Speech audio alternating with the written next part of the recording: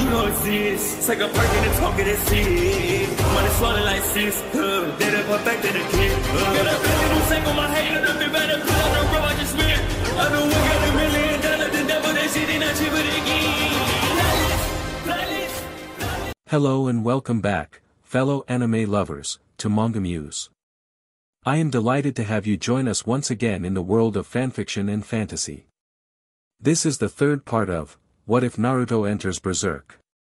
Special note, this fanfic is written and a masterpiece of MojoTheSpaceMonkey on FANFICTIONnet. Do check and support the author too. Now smash the like, share and subscribe button for more. Also press the bell icon so that you never miss such great parts. Thanks for the introduction. Now let's dive into the world. Naruto stumbled as he concentrated on walking in a straight line down the side of the dirt road back to the Hawks camp outside the city. The young man pulled his coat tighter around his shoulders, hunching slightly as he kept his eyes on the road. He still was feeling lightheaded and nauseous, well past the normal time a hangover would usually disappear for him. His headache pounded so loudly that he could swear he could hear his pulse. He could barely even recall the last few minutes he spent at the bar before things took a turn for the worse that night. Naruto slowly drank his beer, his mind trying to concentrate on anything else besides what was going on presently in front of him. Jessica had ordered 3 consecutive rounds of drinks for them as the night continued, forcing him to match her pull for pull. Her coat and corset had disappeared, as if by magic, leaving her in a white button-down shirt that barely fit over her generous bust line. She continued to drone on about various court intrigue, interspersed with seemingly random questions related to the battles he had participated in. She had made a game out of guessing what his role had been in each one, undoing a button on her shirt every time she won wrong, while demanding the blonde do the same if she guessed right. Naruto was barely even able to concentrate on her questions near the half-hour mark, her shirt unbuttoned so far down that he could see her belly button, clearly visible on a toned stomach with the vague outline of a six-pack. To make matters worse, the blonde server had not let up on her blow job the entire time, only getting more enthusiastic as he began to sweat and twitch as he tried to hold back. She took this as a personal compliment to her skills, increasing the suction being applied to the point that he wondered if she actually intended to try to draw his TSTCLS out through his. Jessica had found the young man's predicament absolutely hilarious, so much that she reached down to run her hands through the girl's curly blonde locks, massaging her scalp. The girl was so happy at the double dose of attention that she actually began to hum in pleasure, providing the final sensation to throw Naruto over the edge. He tried maintaining eye contact with the dangerous beauty across from him, but as his release finally came, he threw back his head with his eyes closed, unable to concentrate on anywhere but what was happening under the table. The poor server's cheeks bulged out as they filled up, unable to contain all of the SMN shot into her mouth as a trickle escaped down her cheek and into her cleavage. She swallowed everything in her mouth before going back to sucking, working to get anything left over in the PP and extending his pleasure at the same time. Jessica acted fast as the blonde threw his head back, withdrawing a small vial of clear liquid from the valley between her melons. She quickly uncorked it and poured the contents in Naruto's drink, stirring it with her pinky before leaning back in her chair again as the blonde began to collect himself after his orgasm. Jessica smiled at his relieved expression, his eyes concentrating on her again as if surprised she hadn't done anything to him in his moment of weakness. The black-haired woman pulled the girl back up next to her, allowing the wench a moment to collect herself. She noticed a thin trail of liquid trailing from the girl's mouth, her nostrils flaring and telling her exactly what the liquid was. The dangerous lady made a show of pulling the girl to her and kissing her deeply as she used her tongue to sweep the girl's lips and the inside of her mouth for any residue. She heard Naruto clear his throat and adjust himself, causing her to smile into the embrace. After making sure she had recovered every drop inside the blonde woman's mouth, Jessica pulled back slightly before placing kisses down her chin and neck, slurping lightly each time to get more of the wonderful flavor. She finished with dipping her finger between the blonde's melons, before bringing the digit up and sucking on it in a show of joy. With her work finished, she watched out of the corner of her eyes as Naruto chugged his beer down in an attempt to hide that he was so hot and bothered. She handed the serving wench another silver coin, ordering another round of drinks and swatting the girl on the butt as she left the booth. The blonde couldn't believe how sexy the scene he had just viewed was, and that was considering that was on first-name basis with the camp whores. His vision began to swim as Jessica began talking again, her voice beginning to enter into his ear and fly around in his head as he worked to stay awake. I can't remember what happened after that for the life of me, Naruto reflected as he continued on. He had rarely ever hit the stage of blackout drunkenness before with his advanced healing factor, and he always knew the signs that it was coming long before it happened. The fuzzy memory about the events was a new occurrence for him as he tried to piece together the events. He subconsciously rubbed his wrists as he made sure that no one was coming too near to him as he walked. The rope burns tingling as they began to slowly heal the dark red marks on his arms and legs. He had woken up alone in a cabin at the edge of town with his clothes in a pile in the corner. The room reeked of SEC, the open window barely doing anything to hide it. Naruto blinked his eyes, confused at the change in surroundings. 1 minute he was at the bar with Jessica, drinking as she talked about which wife was cheating on which noble when he remembered laying his head on the table as it grew heavy. He had just closed his eyes for a moment, but now he stared up at a strange ceiling, a headboard of a bed peeking into the top of his view if he rolled his eyes upwards. He panicked as he realized that he was unable to move his arms and legs, his hands tied together and pulled taut above his head, while his legs were pulled apart and tied off under the bed, leaving him spread eagle. He shivered as the breeze from an open window hit his bare skin, letting him know his clothing had disappeared. The moon's placement in the sky telling him that it was about 5 hours before dawn at that point in the night. He turned his head as the door creaked open, showing Jessica as she made her way inside, wearing nothing but a small smile and holding a small candle that provided the only real illumination in the room. Her eyes practically glowed in the light as she walked to the bed, drinking in the blonde's form as she went. He unconsciously did the same as he struggled in his bindings, unable to keep himself from admiring the perfect shape of her melons and the subtle flare of her hips below her small waist. She had a small black triangle of big HR above her lower entrance, and her butt perfectly bubbled out before connecting to a pair of thick yet toned thighs. Small scars showed in different places on her body, showing that she was familiar to battles, be they with man or beast, yet adding to her beauty instead of detracting from it. He came back to reality as she grabbed a hold of his PP, pumping it as she leaned in to embrace each of his abdominal muscles, trailing kisses up to his NPL before biting it strong enough to make him yelp out. "You can yell as loud as you want. We're far enough outside of the city that no one will hear you," she murmured between kisses as she continued to trail them up to the junction where his neck met his shoulder, biting down strong enough to draw BLD. She stood back up, licking her lips as she walked to the head of the bed. She turned away from the blonde before stepping up on the bed and placing a foot on each side of his chest. She squatted down, rubbing her SEC on his chest and leaving a small trail of moisture as she sunk to her knees. She looked over her shoulder at him, grinning as she lowered her PP onto his face, pushing past the point of comfort until he was unable to see or hear anything, his attempts to gasp for breath muffled in her flesh as he was deprived of oxygen. She let him squirm under her for a few minutes before raising up enough for him to get a gasping breath. "If you want air, then you'll have to earn it," she said, before slamming her nether regions back onto his face and enveloping him in darkness again. He stuck his tongue out tentatively, surprised at how good the taste was before giving her a long lick from her CLT to the inside of her pages. She hummed in pleasure, leaning forward slightly and allowing him to take another breath before pushing back again.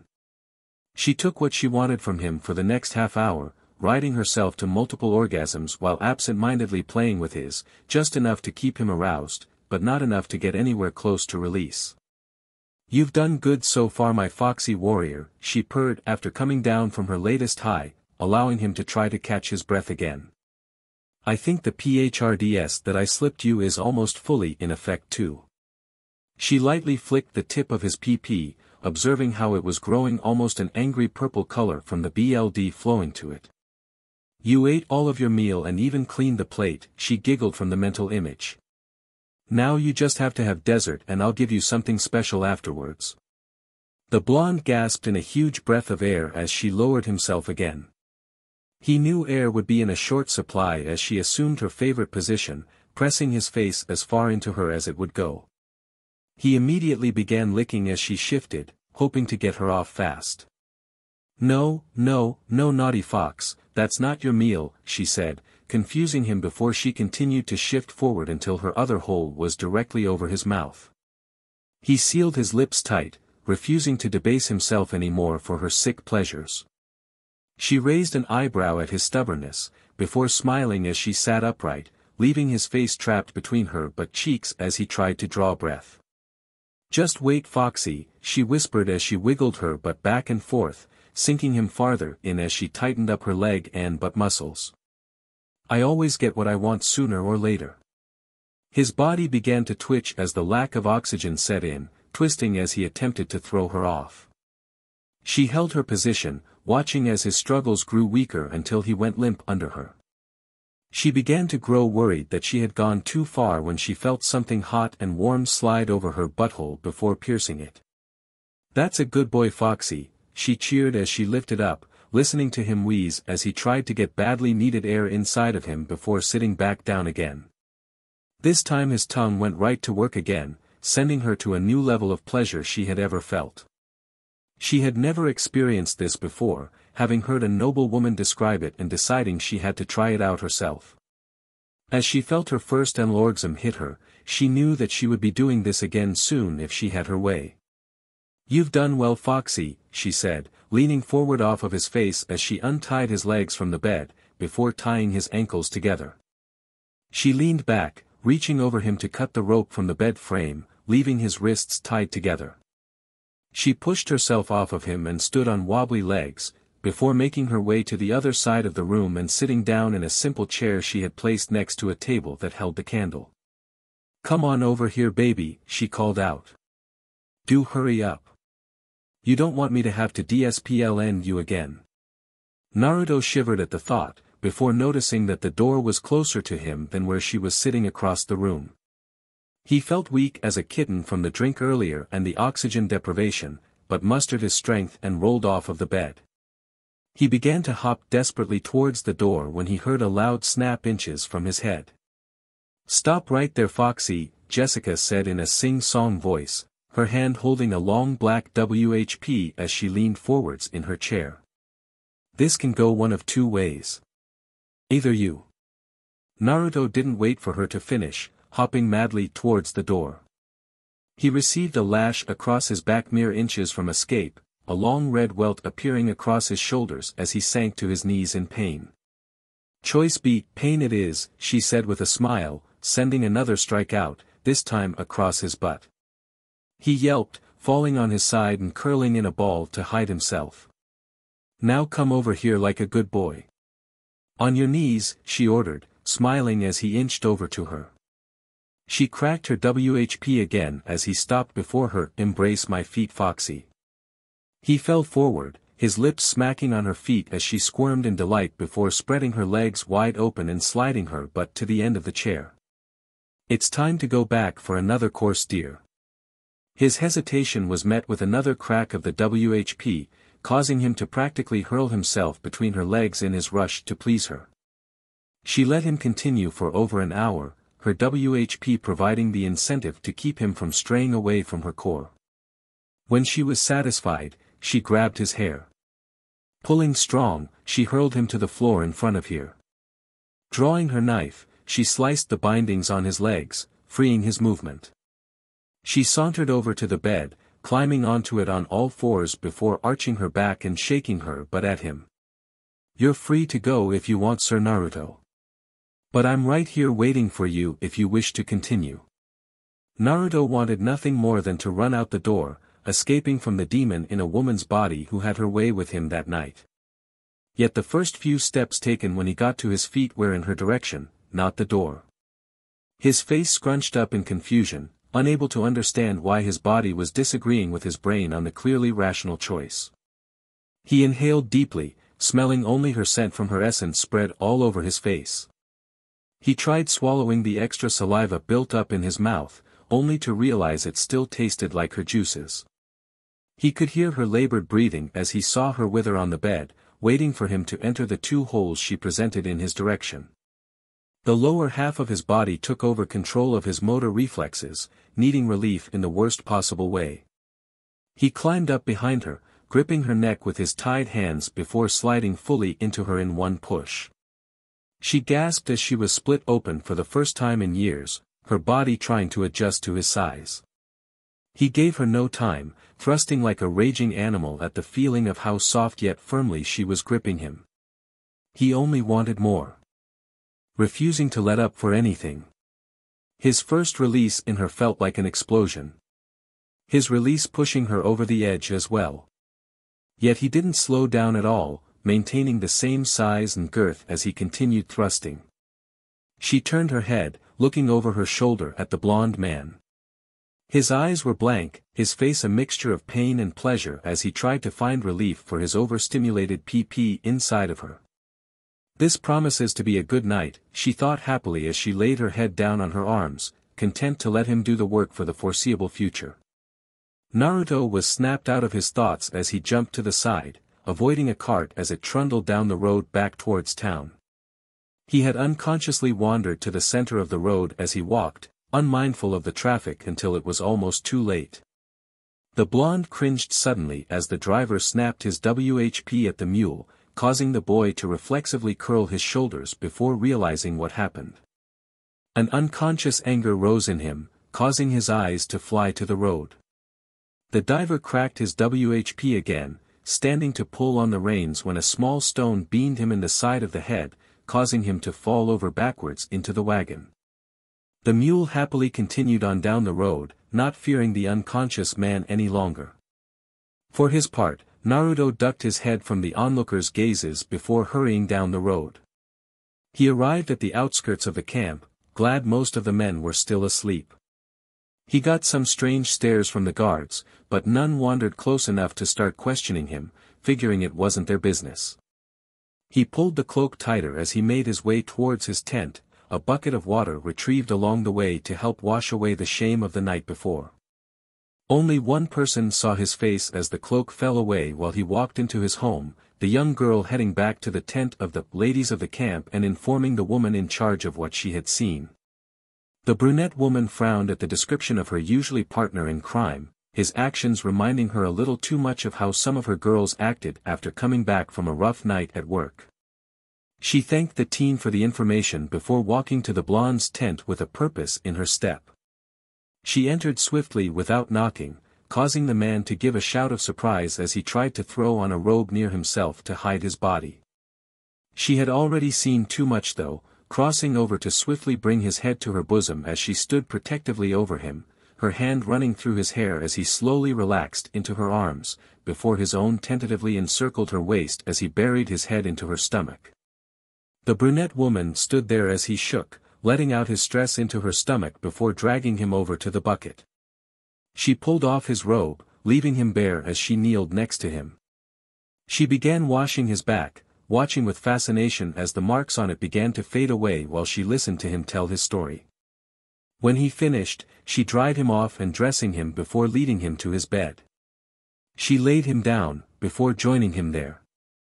Her head rested on his shoulder as she lay there, offering nothing but companionship and expecting nothing in return.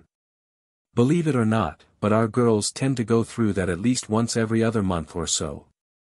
It doesn't go so far as RPE, but when you have no control over the situation it's a very fine line between that and section. He raised his head up from the bed, looking at her in shock. He had always assumed that it only happened like when he was with them, fun was had by all and everyone left happy. I had no idea, he murmured. How do you deal with it to make sure it wouldn't happen again? She shrugged, one hand running over his chest, playing with the muscles. There isn't much we can do. We try to not be available for that man again, but if we did that for all of them that are rough, we wouldn't have business anymore. Naruto shook his head, unable to accept that as a solution. That won't happen anymore. You're members of this army too as far as I'm concerned since you perform an essential function. If someone does anything like this again, you tell me immediately.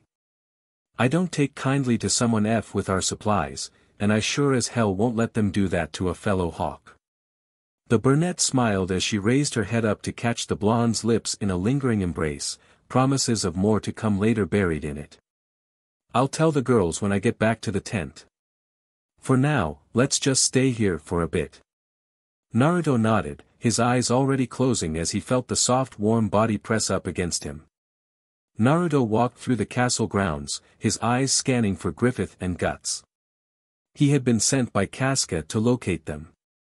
It was time to plan the next offensive for the Hawks before they were placed somewhere else by Midland. They intended to drain Tutor's local armies dry of their assets in the area before they moved on. Naruto spied his friend and brother halfway up a set of stairs, talking on a small landing.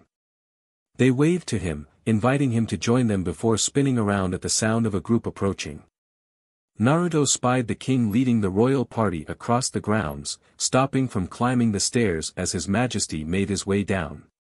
He listened as Griffith accepted the king's compliments about the Hawk's performance, grinning as his brother preened under the praise while trying to look cool. The king continued on with his brother Julius in tow, now approaching the blonde at the base of the stairs. Sir Naruto, the king greeted the kneeling blonde, gesturing for him to rise up. We noticed that you left the ball rather early. We were disappointed at your absence until one of my retainers mentioned that he saw you with Lady Jessica on the balcony. We are happy to see her take an interest in someone again. We had feared she had hardened her heart to any attempts made towards her by our subjects. Thank you for understanding, Your Majesty, Naruto said with a bow of his head. I admit to being slightly overwhelmed at the event when I grew up around a campfire with fellow mercenaries. The lady noticed my discomfort when I took refuge outside and engaged me in conversation. I ended up being too distracted to even remember to return afterwards. Julius snorted in laughter at the blonde's excuse. I'm sure you were distracted from what I hear. Even I was turned down by her years ago before I found my wife. Did she make a man out of you, headhunter? He asked, leering at the blonde. Naruto cringed slightly, looking around before leaning into the men. A gentleman never tells, but it was a wonderful time that I wouldn't wish on my worst enemy. He felt a shiver down his spine, as if someone heard that who shouldn't have. Julius smirked while the king laughed long and strong at the joke, wiping a tear from his eye. Keep up the good work, Sir Naruto, he clapped the blonde on the shoulder before continuing on. Naruto offered a slight bow to General Julius, getting a nod of respect in return before the man continued off after his brother. A moment later Princess Charlotte went running by, stopping to curtsy at the blonde before continuing after her father and uncle. Naruto smiled up at Griffith, glad he was able to distract the men from the incident up the stairs. Griffith had caught Charlotte as she fell, with them sharing a moment afterwards as he held her in his arms before she hurried off with a blush. Naruto offered white-haired friend a thumbs up while Guts clapped him on the back. Both brothers glad their commander/friend had made another small step towards his goal. The air seemed to grow cold around Naruto for a moment, causing him to look around wildly. Across the castle grounds, he spotted a lone figure standing on a balcony observing him from a distance. Squinting his eyes caused him to freeze up in fear as he realized that Lady Jessica was leaning over the rail grinning at him. She held up his shirt, taking a large sniff of her prize from the night before. Upon seeing the message was received, she turned back towards the door while using extra emphasis on her swaying hips to draw the blonde's eyes to her rump. Naruto's mouth went dry as memories of his time the night before came to the surface again. He woodenly turned away and began to make his way out of the castle. Guts and Griffith looked at each other in confusion before hurrying after the blonde, confused at what could possibly be causing him to act that way. Naruto breathed a sigh of relief as he leaned back in his saddle, thrilled to be back in the countryside as the Hawks rode off to their next battle. The added benefit of getting the hell away from the city and his new friend in court had nothing to do with it at all, not one bit. His friends began to relax as they watched the blonde's personality slowly begin to return to normal. They were all concerned with how squirrely he had been acting back at the garrison camp, jumping at every loud sound, especially WHP cracks. Naruto squinted as he spied the castle in the distance. This was the gateway fortress into Tudor lands that had been captured from Midland during previous wars. The Hawks intended to smash it open before they moved on, grabbing the glory for themselves. They already had the king's favor for their earlier timely saves on the battlefield. This would just be icing on the cake. The castle would be a tough nut to crack, a gatehouse being the part nearest to the Hawks that opened up to a large drawbridge over a deep river before you reached the real castle. The bridge made for the perfect killing field, allowing the invaders to be fired down upon by both the castle defenders as well as any archers still on top of the gatehouse.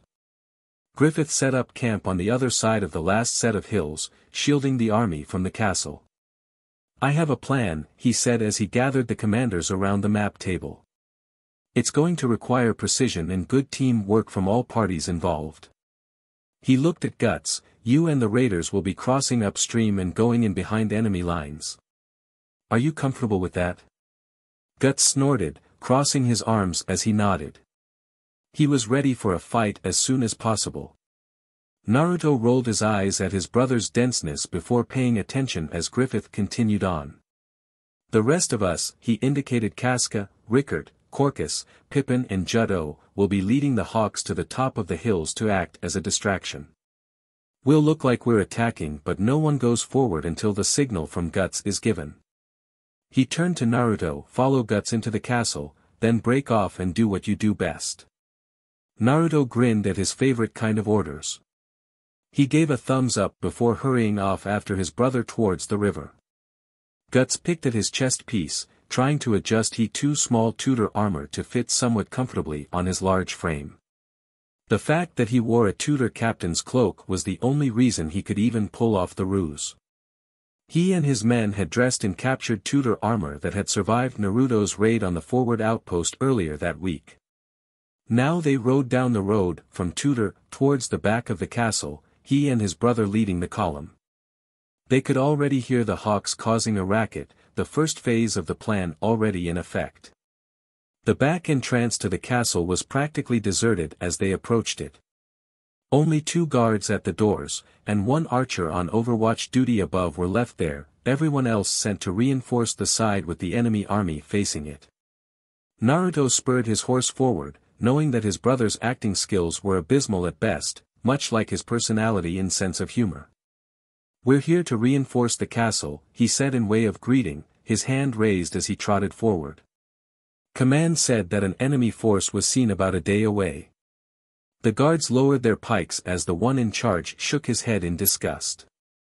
"That's just like command to be so far off with their estimate. That army is already here and making a nuisance of themselves. We're just glad you guys made it before it's too late. The general will be thrilled to see you." He turned to the archer, waving up a signal to him. "Open the gates," he called out. "Friendly reinforcements coming through." Naruto had ridden back to Guts as the gates swung open for them. "Don't kill the general. If you can, let him escape." Guts stared at his brother like he lost his mind. "What the F?" he whispered fiercely. "Why the hell would I do that?" His brother grinned at him. "I recognize the sigil. It's the same dumbass that let me take the outpost single-handedly before he SHT himself and ran off. Trust me, it's better having him in charge than someone competent."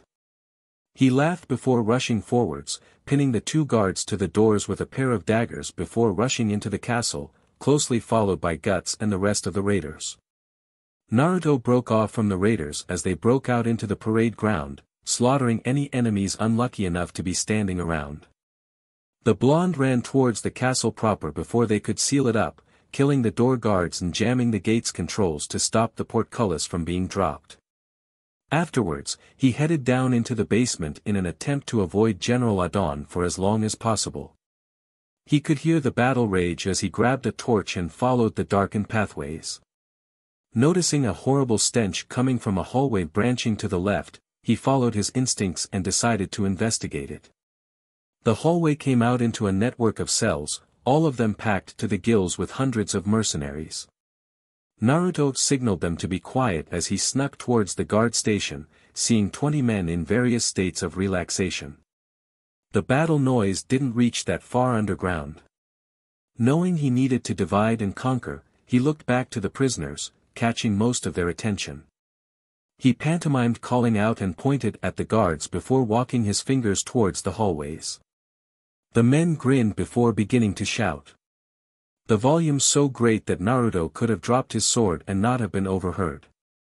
The guards looked up in alarm, before grabbing their gear and running to various cells to see what the issue was, leaving 5 of them behind. Naruto made short work of them with throwing knives and a slit throat. He proceeded to stalk down the hallways, executing the distracted guards as he came across them. The prisoners took the opportunities as they presented themselves, pulling the guard corpses towards the bars before relieving them of cell keys and weaponry. The cells were free and men flooded the hallways by the time Naruto had killed the last guard. He noticed the men had surrounded him, but made no threatening moves as they waited for orders. The blonde watched as the prisoners parted, allowing a huge man through with a strong resemblance to Pippin. "Thank you for the rescue, stranger, but why did you come to help us?" Naruto scratched his head in embarrassment. "Honestly, I didn't even know you guys were here. We're pushing Tutor out of the castle right now and I was looking for targets of opportunity." "Who are you guys anyways and why were you locked up?" The man gestured to himself. "My name is Taipon," he gestured to the men around him, "and these are what is left of the second sons. We were made up of noble sons born too far down to get inheritance and bastards from kingdoms all over. Tutor stated they wanted to hire us, but set an ambush at this castle, killing our men from Tutor and jailing the rest of us for ransom. This was a week ago." Naruto whistled to himself before his face screwed up in a frown at what was said. "Wait, you're telling me that they killed the sons of their own nobles? That's the dumbest idea I've ever heard. Who came up with that plan?" Taipon shrugged before one of the men shouted out, "It was some dumbass blonde general with a crew cut. He kept talking about secret family techniques." Naruto laughed to himself as he heard that description, causing confusion among the prisoners. He proceeded to tell them of his raid, finishing with his description of General Adon and his gallant retreat. "You're from the band of the Hawk?" a voice questioned him from the crowd. Naruto grinned, pulling off the Tutor armor to show his hawk gear underneath. "That's right. I'm Naruto Uzumaki of the band of the Hawk." He bowed with a flourish of his commander's cape. "The headhunter," Taipon murmured almost reverently, his words echoed by the others as they pushed forwards to get a better look at the celebrity in their midst. Would the Hawks be open to new recruits? It's time I made a change, and I'm sure most of the others would agree. His statement was met with cheers that echoed up and down the halls. "I'm guessing we already won since no one is coming to investigate the noise," Naruto observed. He shook himself. "I don't have a problem with it and we always want competent people. Let me check with Griffith. Let's get out of here and head to the surface." He received back slaps and thank yous from the men as he passed through them before leading them back to the surface. He held up his hand as they came to the exit, stopping the others. "Let me go first and make sure everything is calm," he said addressing the men. "The last thing we want is friendly fire." He walked out into the courtyard just in time to watch Griffith and Guts dismount in the center of the courtyard before clasping hands to the cheers of the men. He started walking their way, throwing a knife at a surviving enemy before anyone else even registered him. "You missed one, little brother," he called out, getting a scowl from Guts. "Congratulations on taking the fort so easily though. Did the fat but escape?" Guts smirked as he nodded to his brother's question. One of the men saw him floating off down the river like a piece of garbage. He ran the moment he saw our sigil without even trying to fight. He paused as he noticed that Naruto barely had any BLD on him. What were you up to, brother? You look like you hardly put in any work at all. Did you find a corner to go take a nap in? Naruto flipped his brother off, causing him to let out a belly laugh, as he signaled to Griffith that he needed to talk. What's wrong, Naruto? The capture went perfectly. Griffith asked with concern in his voice. Do you remember how mad you were when I brought 500 men to join us back after we performed that raid on the army at night? Griffith nodded slowly, his features changing to horror as he glared at the blonde. What did you do, Naruto? Naruto chuckled nervously, backing away until he bumped into Guts. The big man having taken position behind his brother to prevent him from running. I may have rescued 600 mercenaries from the dungeon that all want to join us now. He ducked the punch Guts swung at his head before catching the flat part of Griffith's rapier upside his helmet, knocking him to the dirt. Griffith stood over him, a scowl on his features as the commanders wandered up to find out what was going on.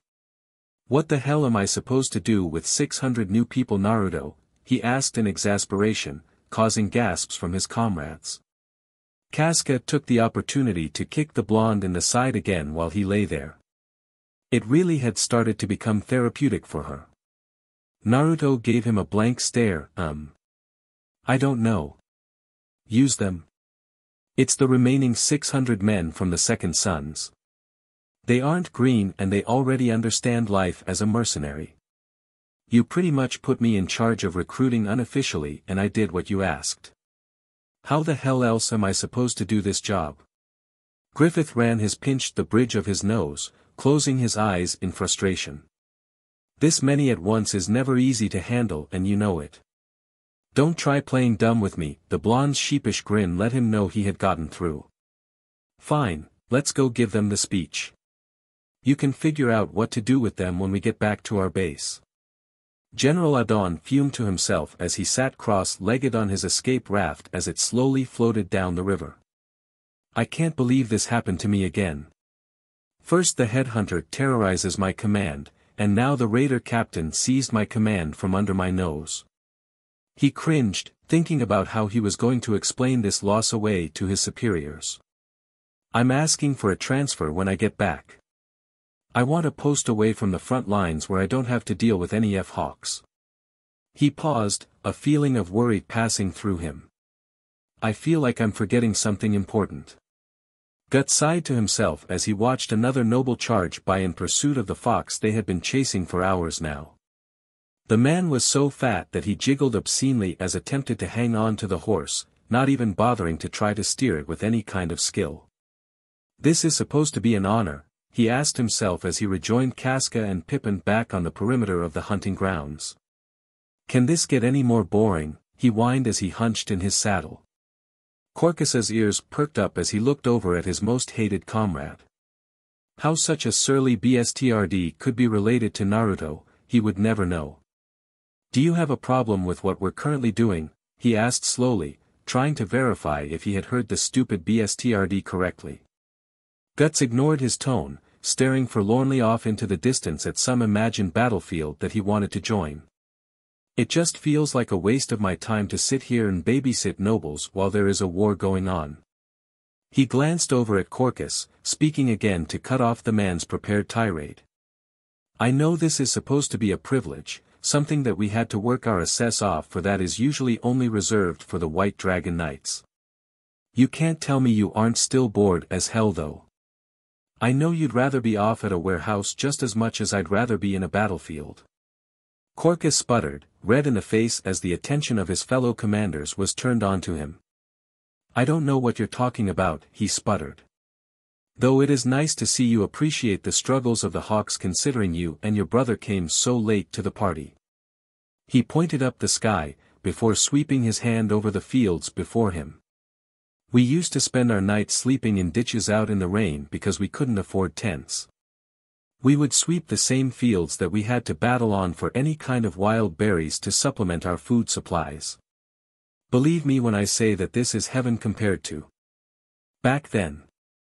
Guts nodded in understanding, glancing over his shoulder to see the rest of his friends were silent, watching this surprisingly civil conversation unfold in front of them. I spoke to Naruto a while ago about what I was looking for in life and he described something called the pyramid of needs. He said that since we had such shitty childhoods, we were more than content with simply getting paid for our strong work and being able to defend ourselves from our enemies after being weak and at their mercy for so long. That's the point you were trying to make too, right? He asked, turning back to Corcus. That you lived bad for so long that we should appreciate what we've earned since then. Corcus swallowed heavily, not having heard his views explained so well before. Your brother's a smarter man than I gave him credit for. That was exactly the point I was trying to get across. I may want more out of life, but I'm more than content to be where I'm at now. Guts turned back to watch the hunt, silent as he contemplated Corcus's words.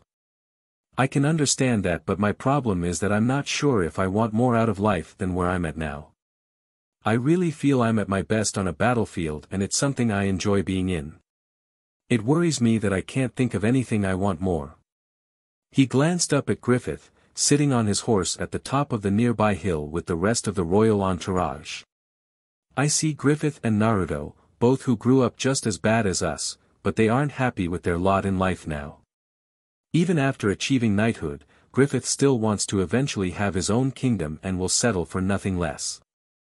I still don't know what Naruto's end game is even after spending most of my life with him, just that the Hawks won't be the place he eventually settles in. He's beginning to grow restless already, he finished in a near whisper. Casca had to forcibly remind herself to close her jaw, so stunned was she at the profound feelings Guts had just laid out. I guess that spot between his ears isn't just another muscle after all, she mused before she glanced around at the other Hawks surrounding them. Speaking of Naruto, where did he run off to now? She asked as she scanned around for the familiar head of blonde hair that she could identify anywhere. Guts smirked as he gestured back towards the royal party. Take a look at the tree Griffith is under with the princess. Casca followed his line of sight, her eyes widening as she saw a leg swing lazily from a tree branch, the rest of the body hidden by the foliage. He's been up there for a while now, Guts supplied. He's keeping an eye on things in his own way. Said Blonde was bored out of his mind as he watched the hunt from his spot in the tree. He trained his crossbow on the nobles as they rode, imagining picking off each one of them in a new and more funny way than the last. A musical note brought his attention below him, causing him to smile in amusement as he watched Griffith try to teach the princess how to use a leaf to carry a tune. It looked fun enough that he plucked a leaf of his own before mimicking the white-haired boy's technique and getting a surprisingly good note from it. He soon began to play various nursery rhymes that he knew from his childhood, stopping to whistle the pitches he couldn't achieve on his leaf. Feeling eyes on him, he glanced down only to realize he had an audience. Griffith watched him with a mixed look of amusement and exasperation. He hadn't even been aware that the blonde was up there the entire time. Princess Charlotte gazed up at him in delight, thrilled to see another side of the man besides what used to haunt her dreams as the boogeyman of the nobles. Can you play Three Blind Mice? She asked in excitement. Naruto did her one better, signaling to Griffith to play it and whistling along once the tune started. The princess clapped in excitement at her impromptu concert, happy she had finally decided to attend a hunt with her father. Thank you for the assistance, Sir Naruto. But isn't there somewhere you have to be right now? Griffith asked, shifting his eyes to the princess. Naruto grinned, picking up on the hidden meaning of "go the F away" from his friend.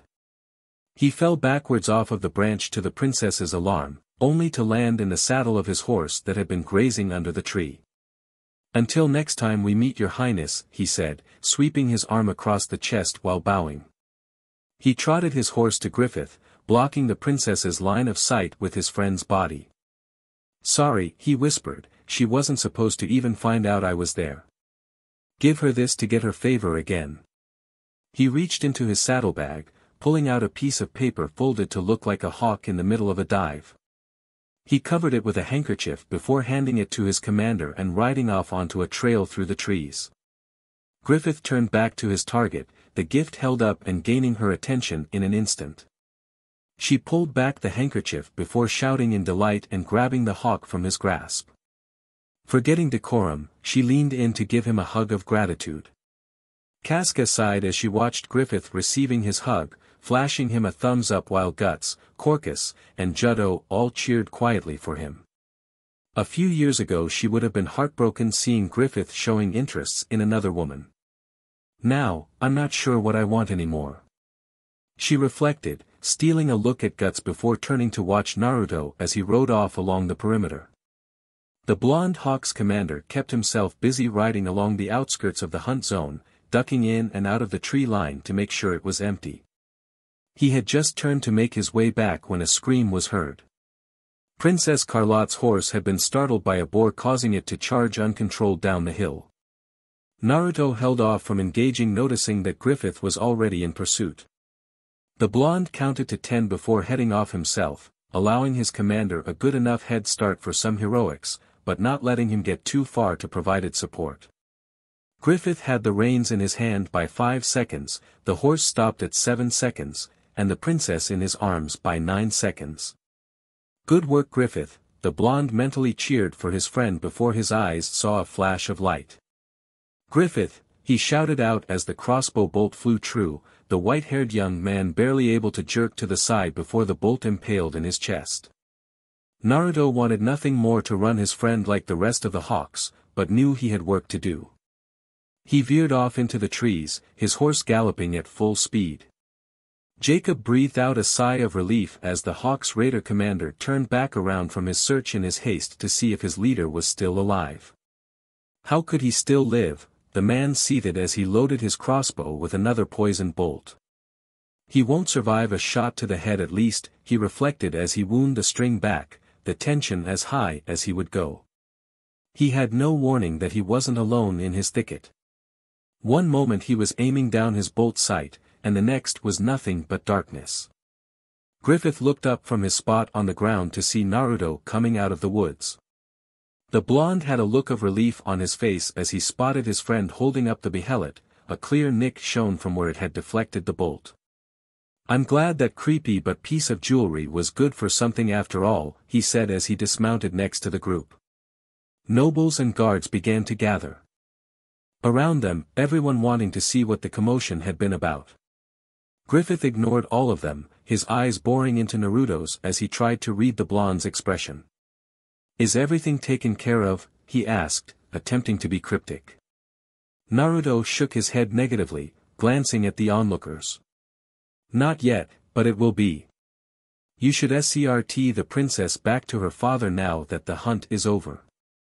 People need to see that you're still alive and well."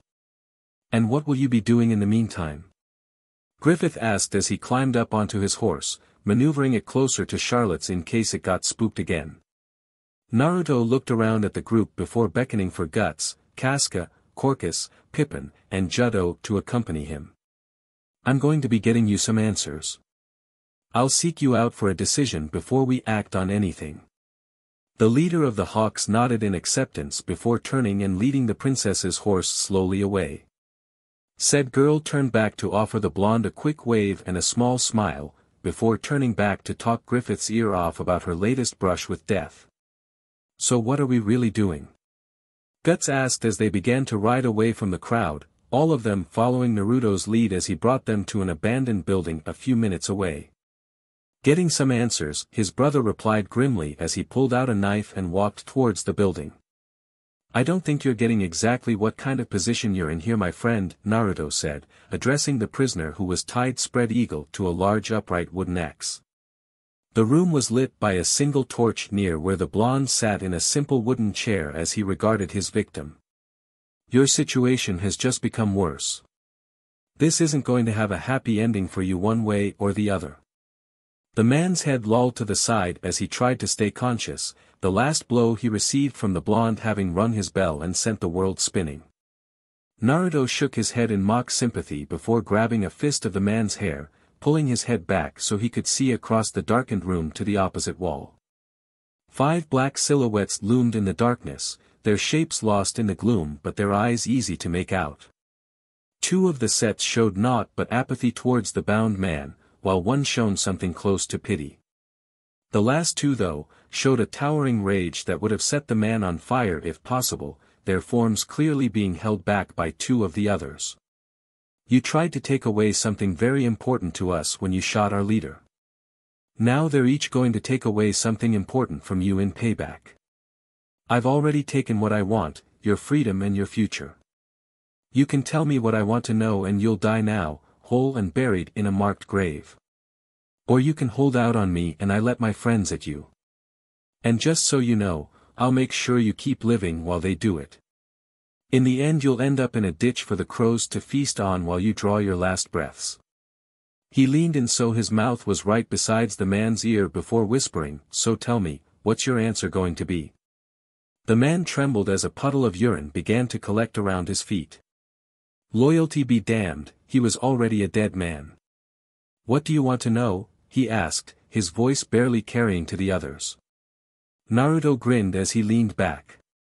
You've made the smart choice. Let's start with your name and who hired you to carry out the assassination. The man sang like a bird for the next half hour, the whole sordid plot laid out for those in the room to hear. Pippin had begun to breath heavier as his rage began to rise, while Guts was practically frothing at the mouth. Judo and Corcus could be seen conferring in the corner of the room, arguing over something as they both stared at the prisoner. Only Casca remained calm, her dark eyes looking like specks of flint as she contemplated the ramifications of what she had just found out. Well, I'm done. Naruto chirped as he stood up from his chair, before moving towards the door. Now the others get their turns with you as well. I do believe Casca has elected to go first, he observed as the woman stepped forward while drawing a knife. Wait, the man rasped as he began to panic. You said you'd kill me cleanly. Yes, said the blonde softly as he opened the door, I did. The door shut behind him, doing nothing to drown out the pain-filled screams as the rest of the commanders took their PND of flesh from the assassin.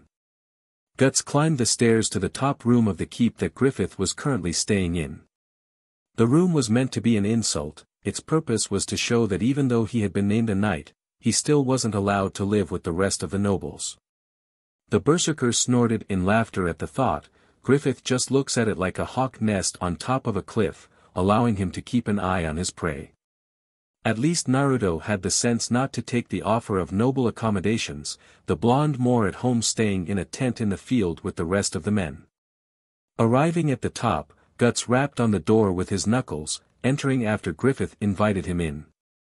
He saw his leader sitting at a desk in the corner of the room, writing a letter while surrounded by books. His brother was in the corner with his feet propped up, devouring a thick tome dedicated to the different constellations in the sky. Guts snorted at the pair of bookworms, unable to understand why they'd let their skills wane instead of working out in the practice yard. His brother read his expression perfectly, shaking his head before standing and moving towards the shelf to grab a particular volume. I didn't spend a year teaching your dumb but to read only for you to look down on those with education. Trust me, some stuff is worth the time. You never did spend enough time training anyways, Guts retorted. It's why I was able to catch up and beat you half the time nowadays.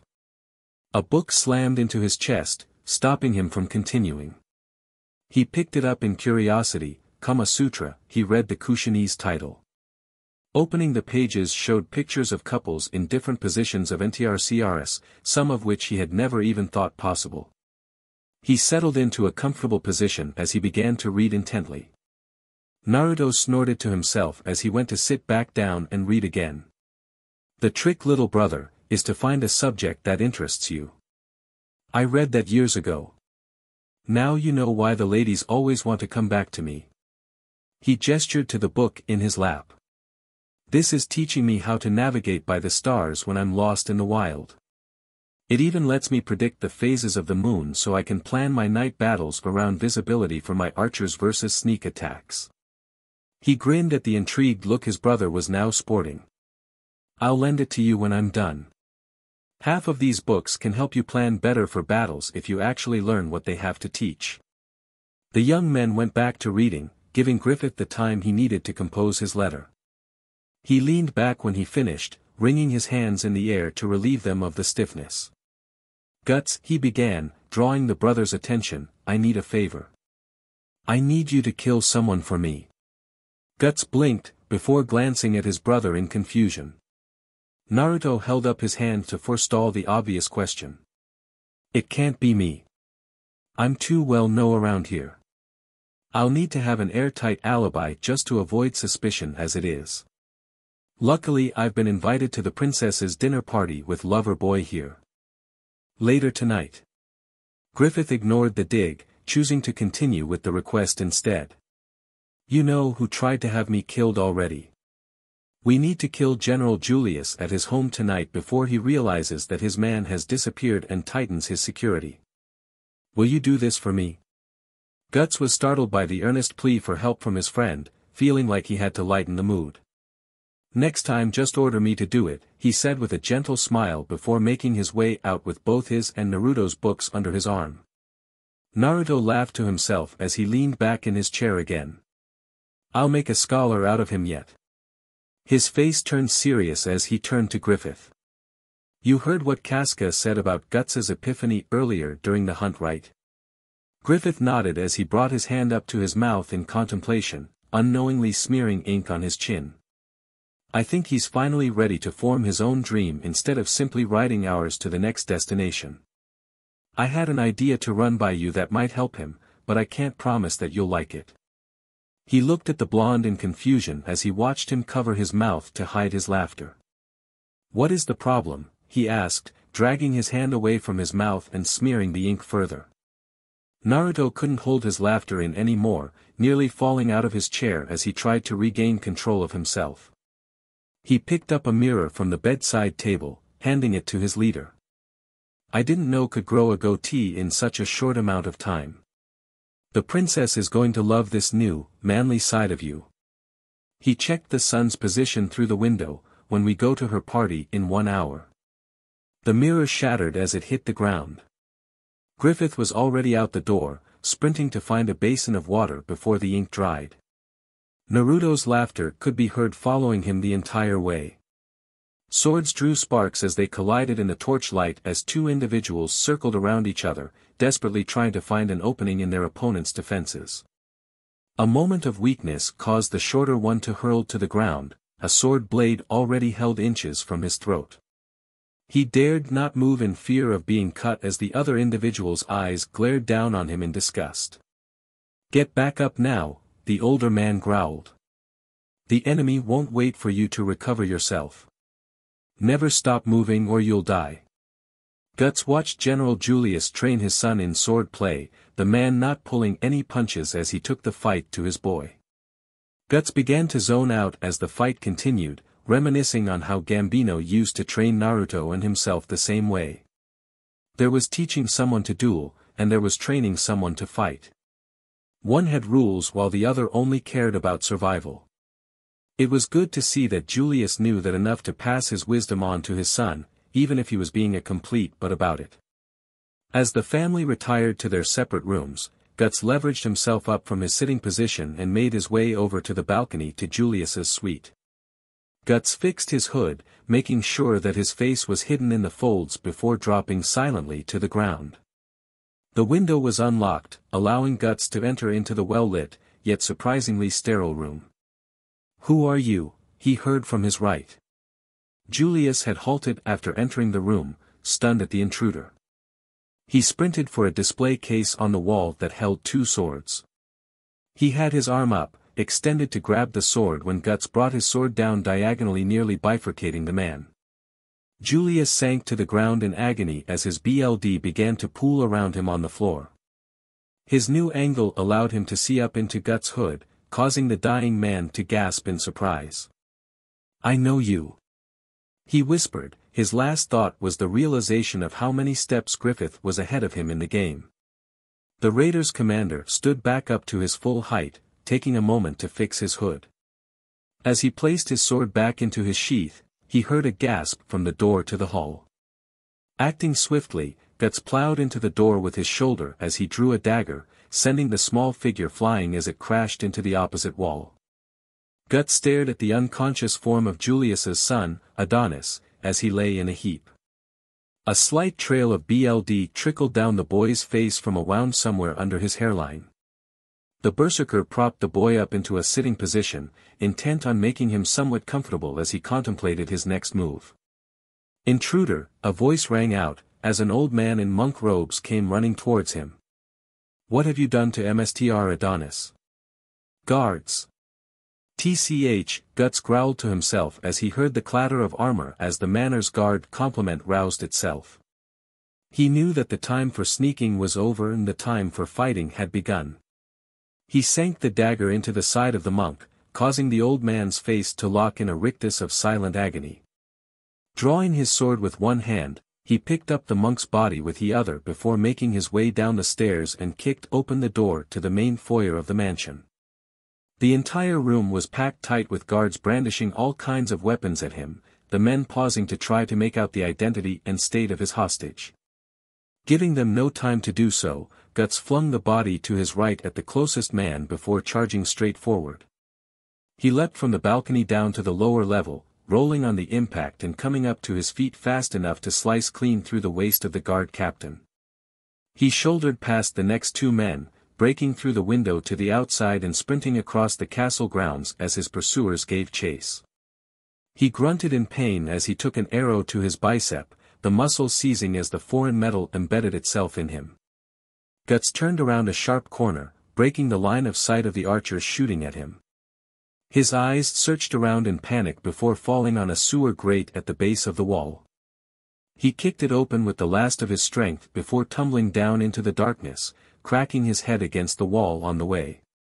He splashed into the tepid sewage as he heard his pursuers thunder by above him, his vision going gray as he sank into the muck before everything went dark.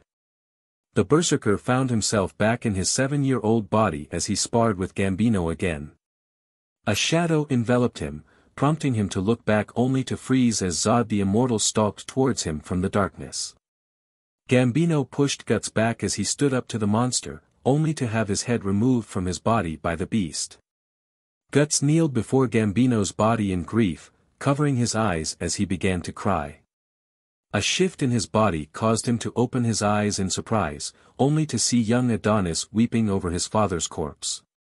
Guts realized that he was now inside of Zod's body, still holding the sword that dripped with Julius's blood on it. Guts woke up with a start as he felt a rat try to gnaw on his leg. He kicked the pest into the sludge, watching it sink as he tried to remember how he got there. "That's right," he thought as he pushed himself to his feet, leaning on the wall for support. He had done as Griffith had requested and removed a major obstacle on the way to his leader's dream. "Guess I should go report the good news," he mumbled as he began to stumble down the tunnel. His vision still spun from the hit it had took earlier, causing his progress to slow to a snail's pace. Blood dripped from his head, running down his chest, which was promptly ignored as he absent-mindedly pulled the arrow from his arm, widening the wound even more in the process. The beer hall was well lit, light reflecting off the numerous steins and mugs raised in the air by the customers. The last words of the toast still floating in the air, "To our fallen comrades," as everyone sat silently in contemplation before the volume gradually increased again. The commanders of the Hawks had gathered around a table in the lower level of the establishment, the upper floors reserved for officers of the regular army. Yet, no one could complain since they were finally allowed into establishments usually reserved for those above the average military grunt. "I bet Griffith and Naruto are eating the good stuff up at the princess's diner party right now," Corcus reflected as he leaned back against the table. "There sure are some nice perks once you're knighted." Juddo shook his head as he looked up from the knife he was balancing on his fingertip. "Griffith may be enjoying himself, but I'd bet money that Naruto is probably bored out of his mind right now. You know how he feels about all of that pomp and frills." Corcus grinned happily as he attempted to steal Rickert's plate, only to pull his hand back to avoid getting stabbed with a fork. He frowned as he rubbed at the phantom pain. "You're probably right. That DMN blonde never could appreciate the finer things in life. It's no wonder his ogre of a brother is so confused if that's who he has as a role model." "Speaking of Guts, where is he?" piped up Rickert, taking a moment to scan around the hall. I haven't seen him all day. Casca snorted in disgust as she took a drink of her wine, her shoulders hunched as she tried to tune out the background noise around her. His company was supposed to drill with mine today, but he never showed. He's probably slacking off again, swngng his sword somewhere in the training grounds. She listened as Corcus and Rickard continued to argue before she shivered from a draft that had entered the room. Looking for the source, she found Gut standing in the entryway as he scanned the room in search of someone. "Where have you been?" she demanded as she charged up the stairs. The others hanging back to avoid becoming the unlucky targets of her growing rage. "Do you know how bad the day turned out thanks to you?" Her charge faltered as she came close enough to actually make out the man's appearance. To put it simply, he looked like he had swam back from a battlefield through the moat. "Where's Griffith?" he murmured, his eyes barely in focus as he leaned against the door frame. She drew back in shock, wondering what could have caused such a normally strong man to act this way. "He's probably still at the dinner party hosted by the princess," she said while looking over his wounds. He turned and began to shuffle back out into the night without another word. Casca signaled for the others to stay behind as she hurried after him, concern beginning to rise in her heart. The captain of the palace guard shivered as he leaned against the side of the building, letting the heat bleed off of it into his armor and warming him a bit from the chill outside. The autumn winds were beginning to blow in already, signaling a heavy winter would be coming this year. He thanked the gods once again that he wasn't stuck out on the front lines like all of the other poor fools. He pushed off of the wall, resuming his patrol towards his two men that were guarding the entrance to the gardens from the dance hall. Both stood at attention as he approached, their weapons held at the correct angle and eyes sharp. "I'm glad I was able to choose my men tonight. No fools on this shift," he reflected as he nodded in approval. A rapping on the door prompted one of the men to pull it open, revealing the form of the infamous headhunter as he strode out. All three guards stiffened minutely as he passed by, the man being both a hero to the lower classes as well as somewhat of a boogeyman depending on what side of the battlefield he was on. "Hi guys," he chirped with a smile, "how about a hand here?" The captain leapt forward to grab the tray that the blonde knight was carrying, doing his best not to spill the contents of the mugs on it. "Thanks Captain, you guys always go the extra mile for the nobles huh," the blonde remarked, shaking his head as he put his hands on his back and popped his spine, groaning in relief. "Looks like it's cold as hell out here." "Drink up boys," he said as he pulled two of the mugs off of the tray and handed them to the bewildered guards. He took the tray back from the captain before handing the man the third mug and taking the last one for himself. "Thank you Sir Naruto," the captain said as he eyed the mug cautiously, "but we aren't allowed to drink while on duty. It's also considered very poor form for us to be relaxing with nobles like this." The blonde shook his head with a soft smile as he looked around the grounds. "Take a look Captain, no one is coming out here tonight. The only others are Sir Griffith and the princess over by the fountain. He's a mercenary and could care less while I guarantee she hasn't even registered that anyone else is out there besides the two of them. Besides," he said as he hefted up his mug, "this won't get you drunk. It's just mead, perfect for warming someone up on a cold night like this." He raised his mug out in front of him, glancing at each of the guards. "Cheers boys." The captain glanced at his subordinates, before shrugging and raising his mug to clink against the blondes, the other two following suit. They all took a long pull, enjoying as the warmth spread down their throats to their stomachs, and through the rest of their bodies. "Now this is how you're supposed to spend a night," the blonde reflected as he tilted his head up to the stars. "A good drink and good company where everyone doesn't have to look down their noses at each other while holding a conversation."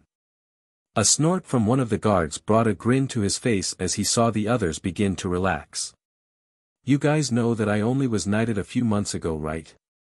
At their nods he continued, "I used to do the exact same work as you, and I have to say it was way easier.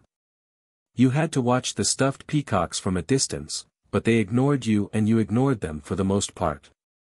Can you imagine what it's like having to talk to them now and pretend to actually care about what they have to say? I slipped away the moment Griffith had left and I wouldn't get ripped by my boss. The captain was openly laughing at this point, able to understand exactly where his fellow warrior was coming from. The guards stared on in wonder, unused to seeing either their boss or a noble ever act like normal human beings before. I know you've probably been out on more than a few battles, Naruto said as he looked at the others. Care to share any good stories? The four men spent the next hour reminiscing over past glories, the guards more than interested to hear of the blonde's battles from the source himself. All of a sudden, Naruto's nostrils flared as a cold sweat formed on his brow. Captain, he said softly, I think I'll need a favor from you three if you'd be so kind. At the man's inquisitive stare he continued on, a woman will be approaching soon. Please tell her that I've left for the night if she asks about me. His eyes flickered to the distance, causing all three men to turn and look at his target. Seeing nothing, they turned back only to find the blonde gone to their surprise. A minute later, light footsteps attracted their attention as a shape began to resolve out of the darkness into a form of a decently tall woman with black shoulder-length hair wearing a white ballroom dress. Lady Jessica, the captain exclaimed as he bowed deeply at the waist. How are you this evening, ma'am? Is there anything we can assist you with? His voice faltered as she fixed him with a stare that made him feel like the size of a bug. Let's dispense with pleasantries, gentlemen. I know he was here. Where did he head off to? Her nostrils flared as she picked up the scent of her prey, faint but definitely there. He must have detected my approach when the wind shifted, she observed, even more impressed. The captain had frozen, prompting one of the guards to point a shaky finger towards the castle gate. He left for the night, ma'am, back towards the town. He seemed in quite a hurry. He barely avoided pissing himself as her gaze turned upon him before she nodded her head in thanks, her footsteps barely making a sound as she stalked off towards the gate herself. No one dared move, barely breathing until her form disappeared through the arch. Naruto dropped down from where he had been clinging to the chandelier hanging from the ceiling, lightly brushing soot of his clothes that he had collected while hiding. Thank you guys, you're all lifesavers. If you ever need anything from me, don't hesitate to ask. The poor guard looked at the blonde with amazement. What did you do to get her attention on you, Sir Naruto? She's so frightening, I don't think I could stand being around her for any length of time. Naruto shuddered as a tear slid down his cheek. Flashbacks about his night with the monstrous woman had started to come back to the surface due to his close encounter. All I'll say about her is this. Don't ever put your PP in crazy. You might not get it back afterwards. Unaware of his brother's close encounter, Guts continued to shuffle through the castle gardens towards the base of the stairs leading to the fountain at the top of the hill. He saw Griffith sitting with the princess on the fountain's base, the moonlight framing the two of them perfectly. A hand softly grabbed his arm, stopping him and pulling him back into the shadows. You can't go up to them looking like that, Casca said as she pulled him down onto a bench before standing in front of him. At least wait until they are done talking so you won't embarrass Griffith.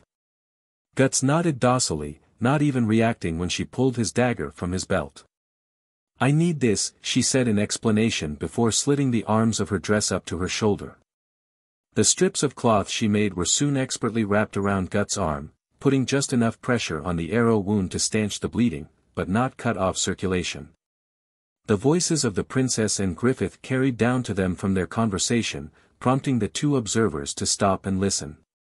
The topics had shifted a few times before settling on Griffith's version of a dream and what men would do to pursue it. Then Griffith uttered the words that brought Guts' breath up short, ultimately to be born and to then simply live for no better reason.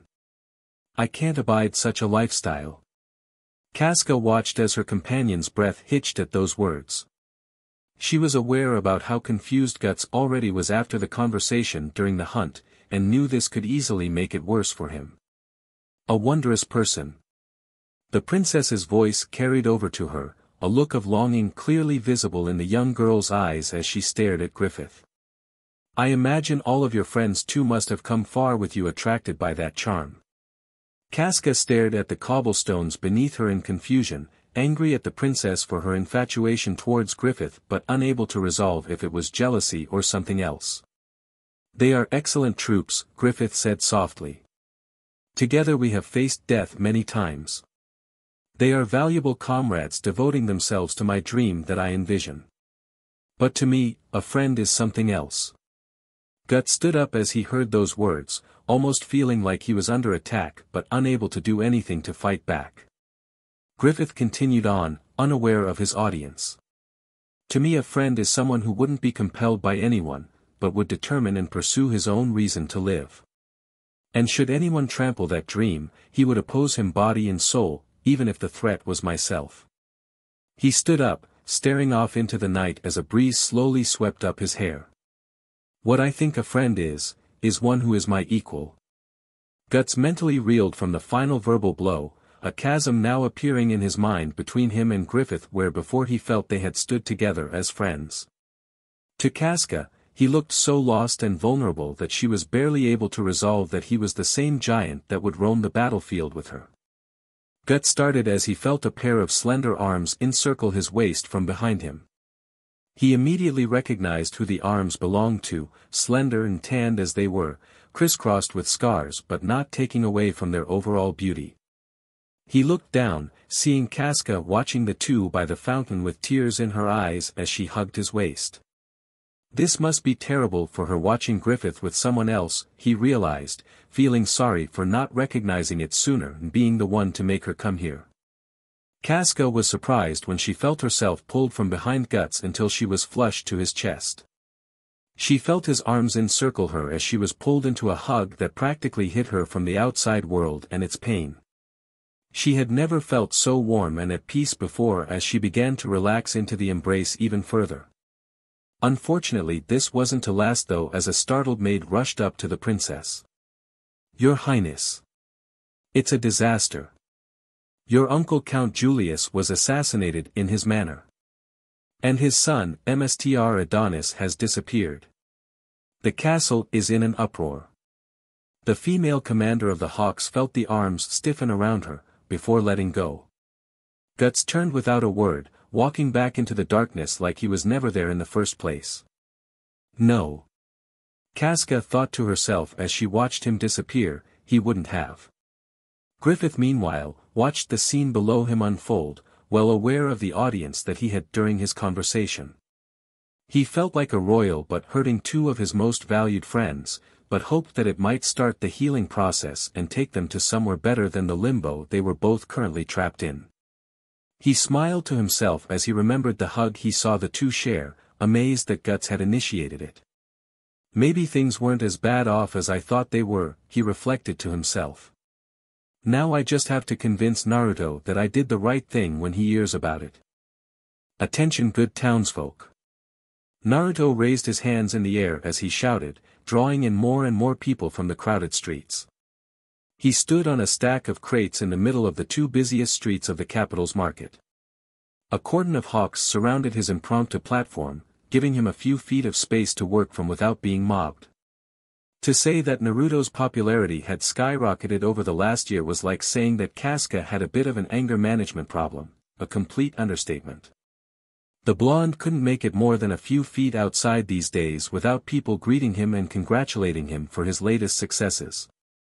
"We love you Sir Naruto," a woman cried from a few rows back in the crowd, a love-struck look on her face. The call was echoed many times as more and more vied for his attention. An enterprising vendor tossed a rose up to the young man from his stand nearby.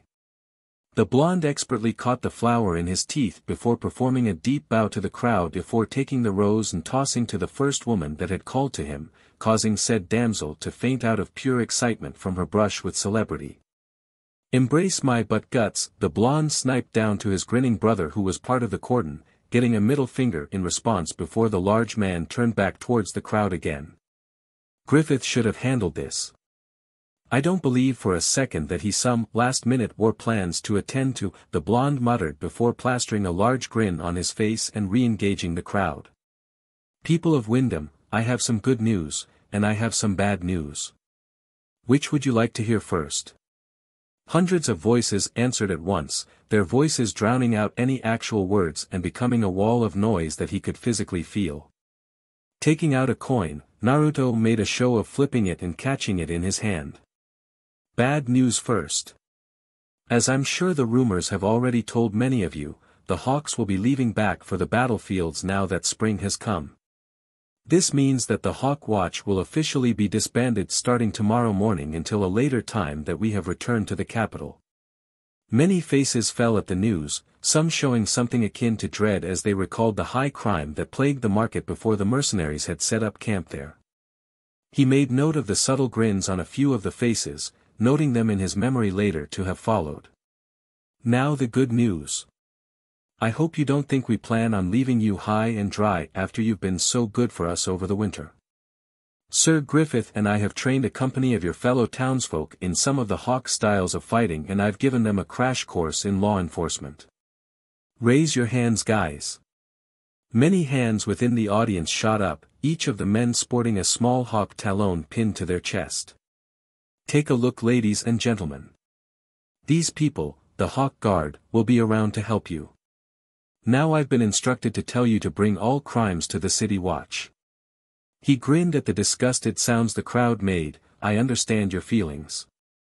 The Hawk Guard is just a militia though and has no authority, the same rules that the Hawk Watch operated under. He sent an over-exaggerated wink to his audience. That's all I have for you, enjoy the rest of your day. And if you see a hawk, wish them luck. Thank you. He jumped off the crates, the boxes picked up by 4 of the hawks to clear the road for the population again as they made for one of the alleyways that acted as a shortcut out of the city and back to the camp. Naruto and his brother leading the way as they walked side by side down the road with the group of fellow mercenaries trailing behind them.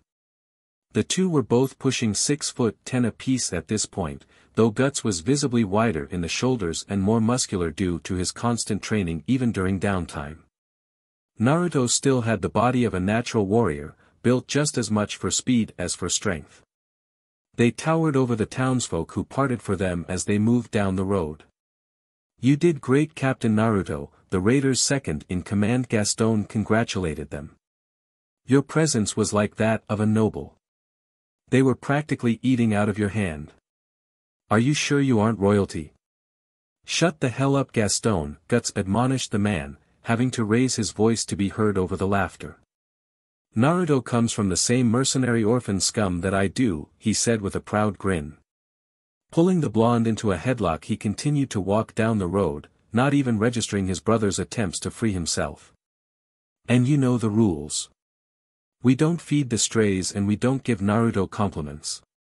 His head can't get any bigger or it won't fit in his helmet.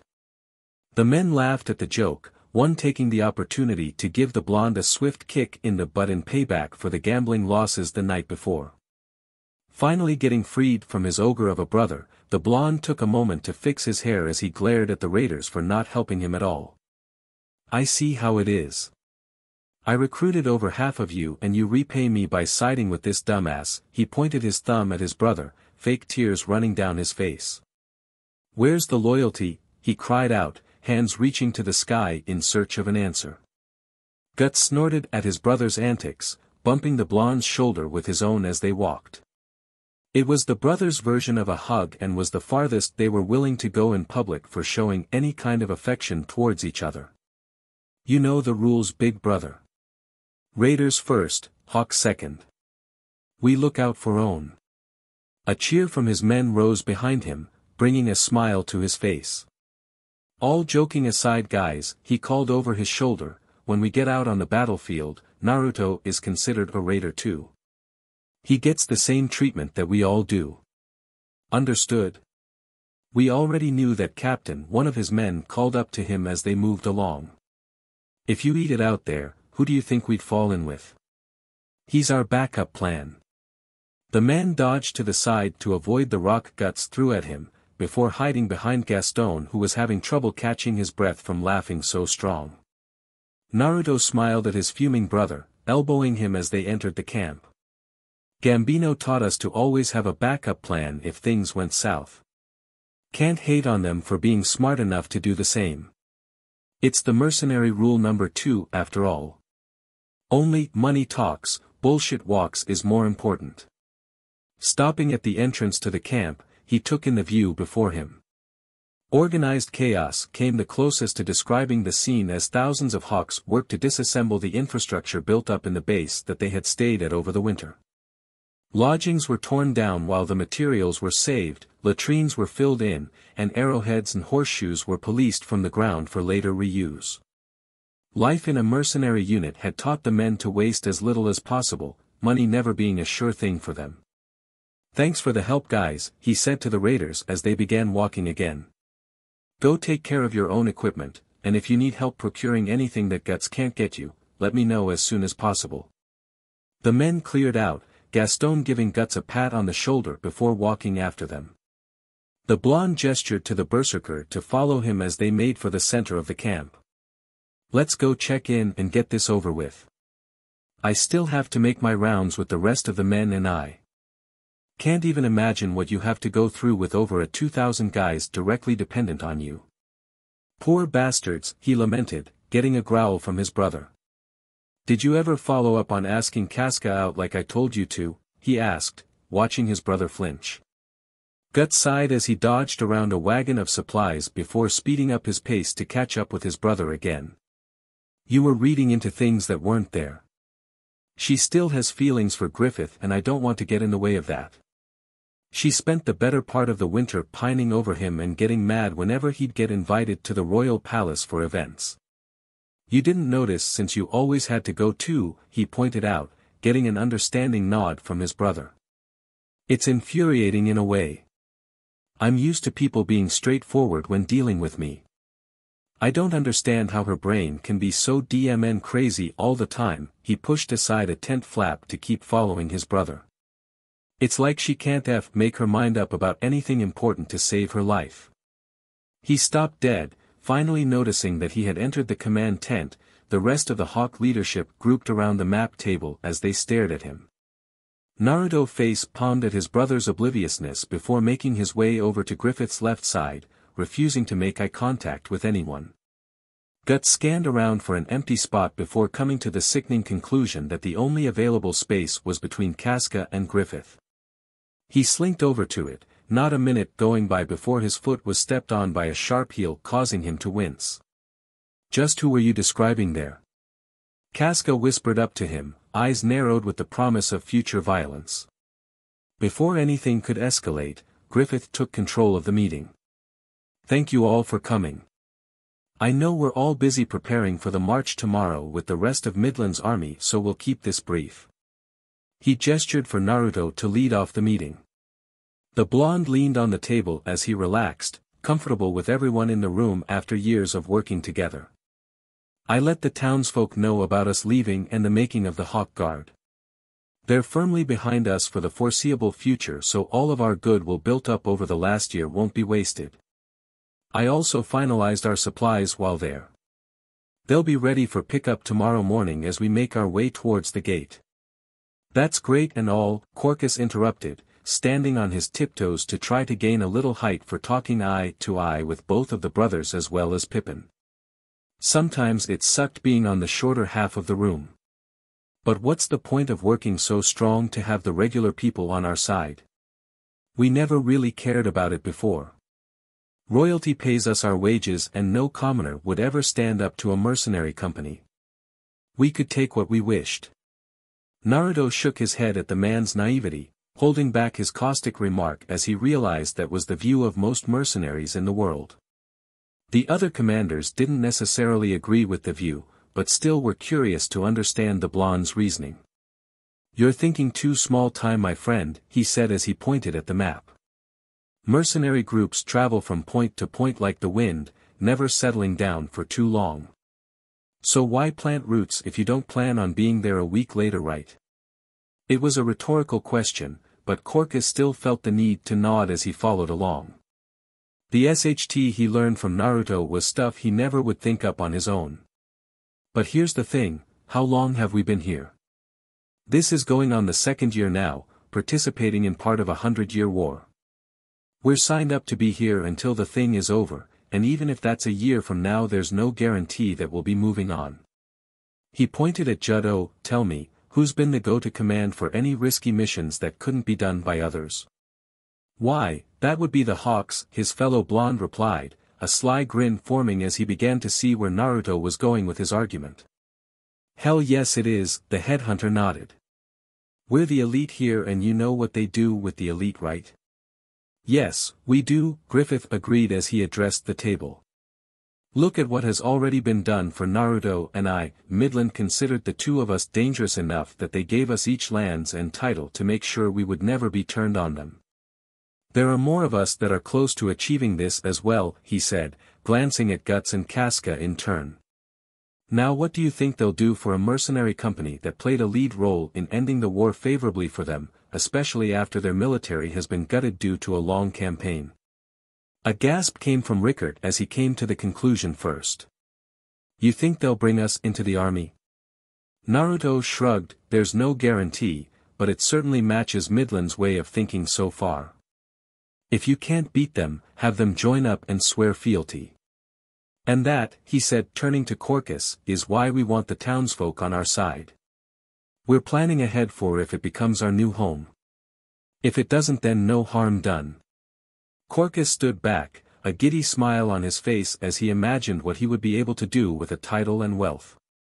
Thank you Naruto, Griffith acknowledged, regaining the room's attention while gesturing towards the map. This campaign will be longer than most, ending hopefully with regaining the rest of Wyndham's lost territory. The king himself will be accompanying the army to ensure decisions happen in a timely manner. The route has been marked out on the map here and will be available for the rest of the day before we take this tent down. Everyone make sure to study it so you know what your part is. We break camp at dawn and prepare to march by mid-morning. Be ready for some mind-numbingly long days ahead. Our biggest job will be to keep tight discipline on the men until the first large battle. Keep everything discussed here a secret from the others. There is no point in starting rumors that might not come true. See to your units and report any issues. Dismissed. Naruto, stay back for a minute, he ordered as the tent began to clear out. He took a seat on a crate, joined by the blonde a minute later as the tent flap closed. That wasn't the real reason that you worked so strong to get the common folk on our side. At the blonde's surprised expression, he pushed on, refusing to lose the momentum. I think I've known you long enough by now to tell when you're bullshitting someone. Guts knows too but obviously didn't feel the need to push you on it. So I'm asking you now, what's the real reason? The blonde held up his hands in surrender. Fine, you got me. You're the real reason I did it, Griffith. He laughed at the man's look of disbelief. We both know you aren't stopping until you get a kingdom. You have the men, and now the title and some land. Next step is to make the Hawks a real elite army unit which is on its way already. What a kingdom needs to be real though is people. How many of those men and women would be willing to become your subjects now that you've proven that you're willing to provide safety and security to them? You've read the same books I have. You know how this works.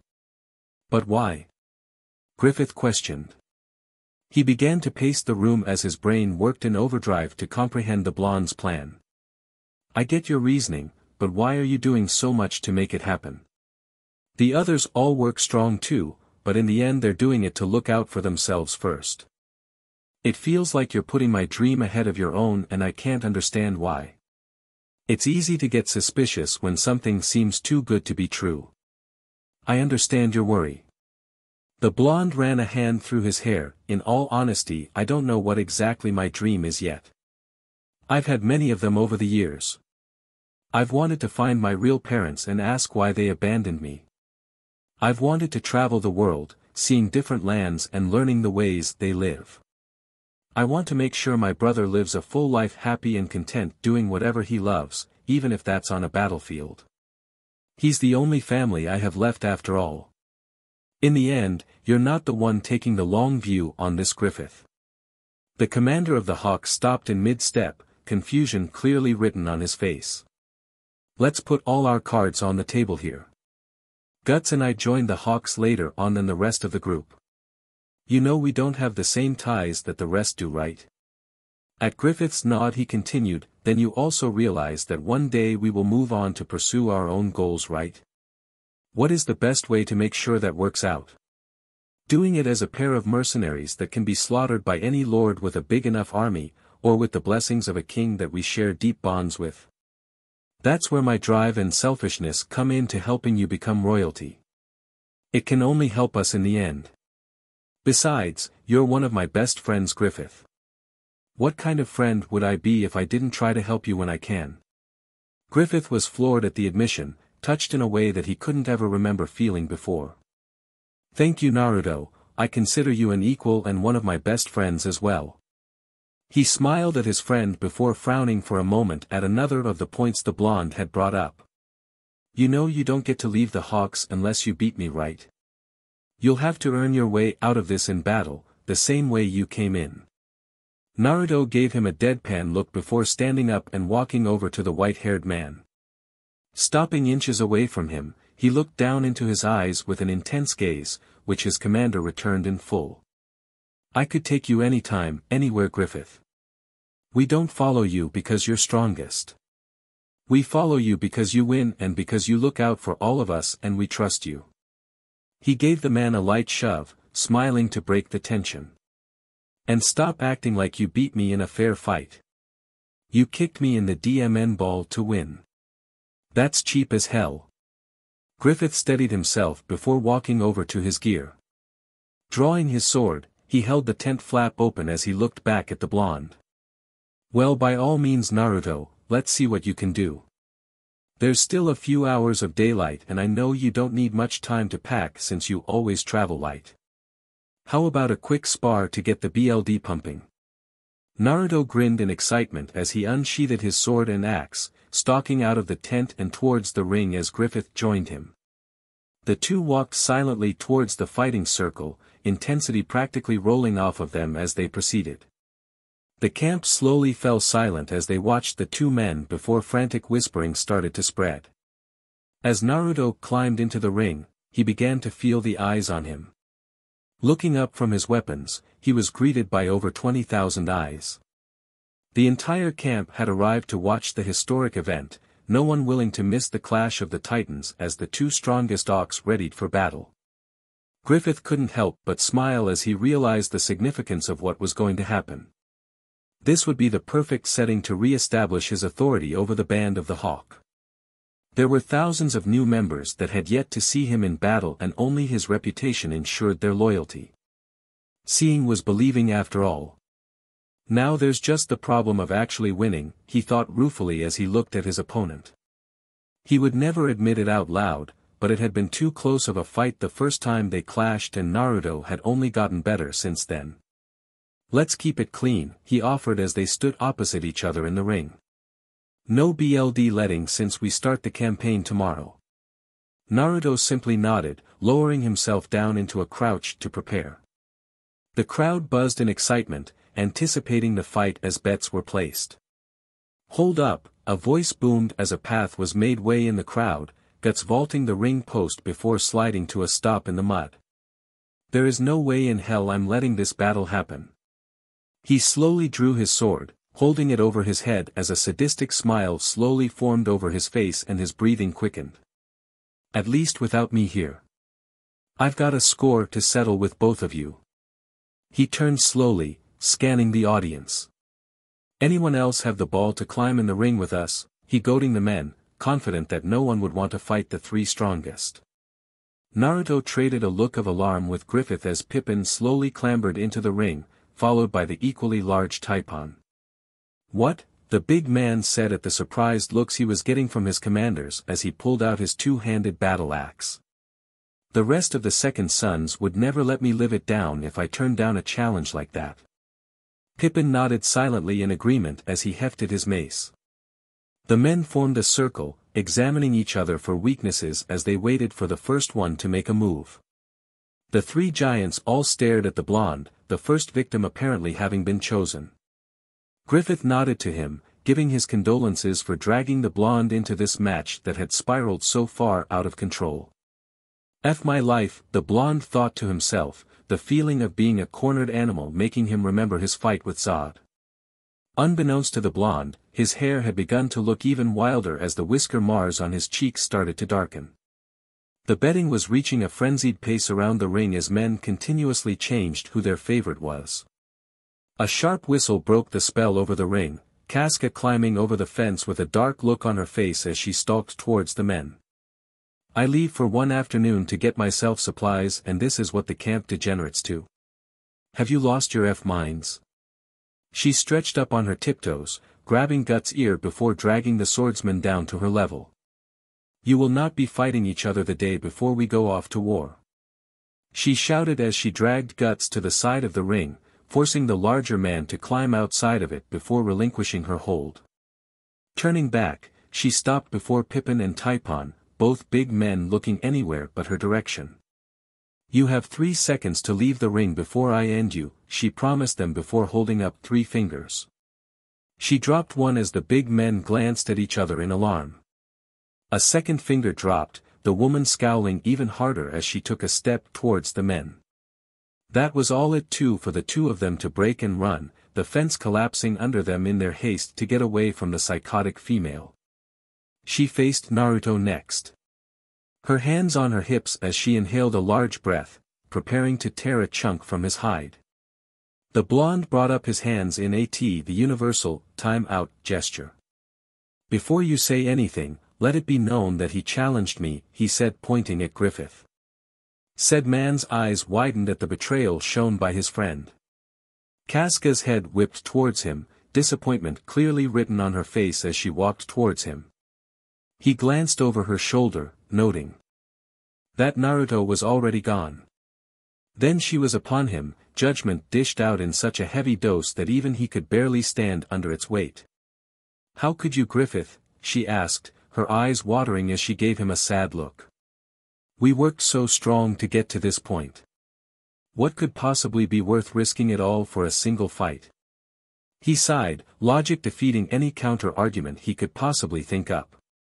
It was supposed to be a friendly duel between Naruto and myself to help with the morale.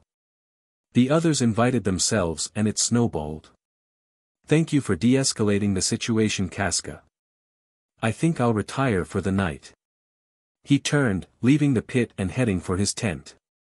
He would find Naruto and get his vengeance at a later date. This act would not be forgotten anytime soon. Casca watched him go, sighing to herself in relief before realizing that the camp's eyes were still on her. No one could believe that the Hawk's female commander was so fierce that she had intimidated the 5 best fighters of the group into giving up without a battle.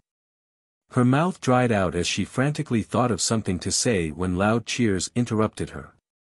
The camp whores, along with all of the female cooks and clothing menders, all cheered their lungs out for her. They were thrilled to see a woman come in and lay down the law to the barbarians. The applause was slowly picked up by the rest of the group, no one brave enough to go against the popular opinion. Casca! Casca, they cheered. Said commander couldn't help but raise her sword in the air in victory. I can't believe that SHT just happened. Naruto lamented as he took another swig of ale from the cask he kept in his tent. I know, Guts growled as he passed his mug over for a refill. He had dragged the 2 giants with him to join his brother in his tent. None of them had the urge to show their faces to the camp at that moment. The humiliation still hurt too much to think about. This is terrible, Typhon drained his mug in one pull, switching it out with the full one Naruto handed him. I'm going to have to beat someone down to get my credibility back after this. Won't help, Pippin muttered as he lay on his back, looking up at the roof of the tent. The blonde nodded in agreement as he took another drink. That's true. You know DMN well that news of this made it out of the camp minutes after it happened. There's no stopping it now. F. Guts raged, smashing his mug on the ground in frustration. I was going to win. How the hell am I supposed to sleep at night knowing what I missed out on? He ignored the scoffs from the rest of the men, none convinced that he stood a chance against any of them. The tent flaps fluttered as Griffith wandered in. What the hell are we going to do? He asked the others, accepting the mug handed to him by Taipon with a nod. They're still out there cheering right now. It's been going on for an hour. Naruto leaned back against the tent post, his chin resting on his chest as he felt the alcohol begin to kick in. I'll tell you one thing you're going to do.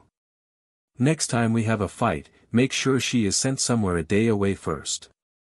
The others cheered, mugs clashing together as everyone raced to join the blonde in the sweet freedom of intoxication. Corcus walked by the tent, his head turned to watch the men drink themselves into oblivion before shrugging and continuing on. You know, he remarked to Judo, his partner for the patrol, I could have taken all of them. Sure you could, Judo said, patting him on the shoulder. Sure you could. Naruto Power walked through the castle halls, holding himself to one step away from full-on sprinting. Tradition had it that on the morning of the campaign, all of the nobility would appear one by one before the king to pledge their fealty once again. Griffith had dragged the blonde with him, intent on getting it over with as quickly as possible.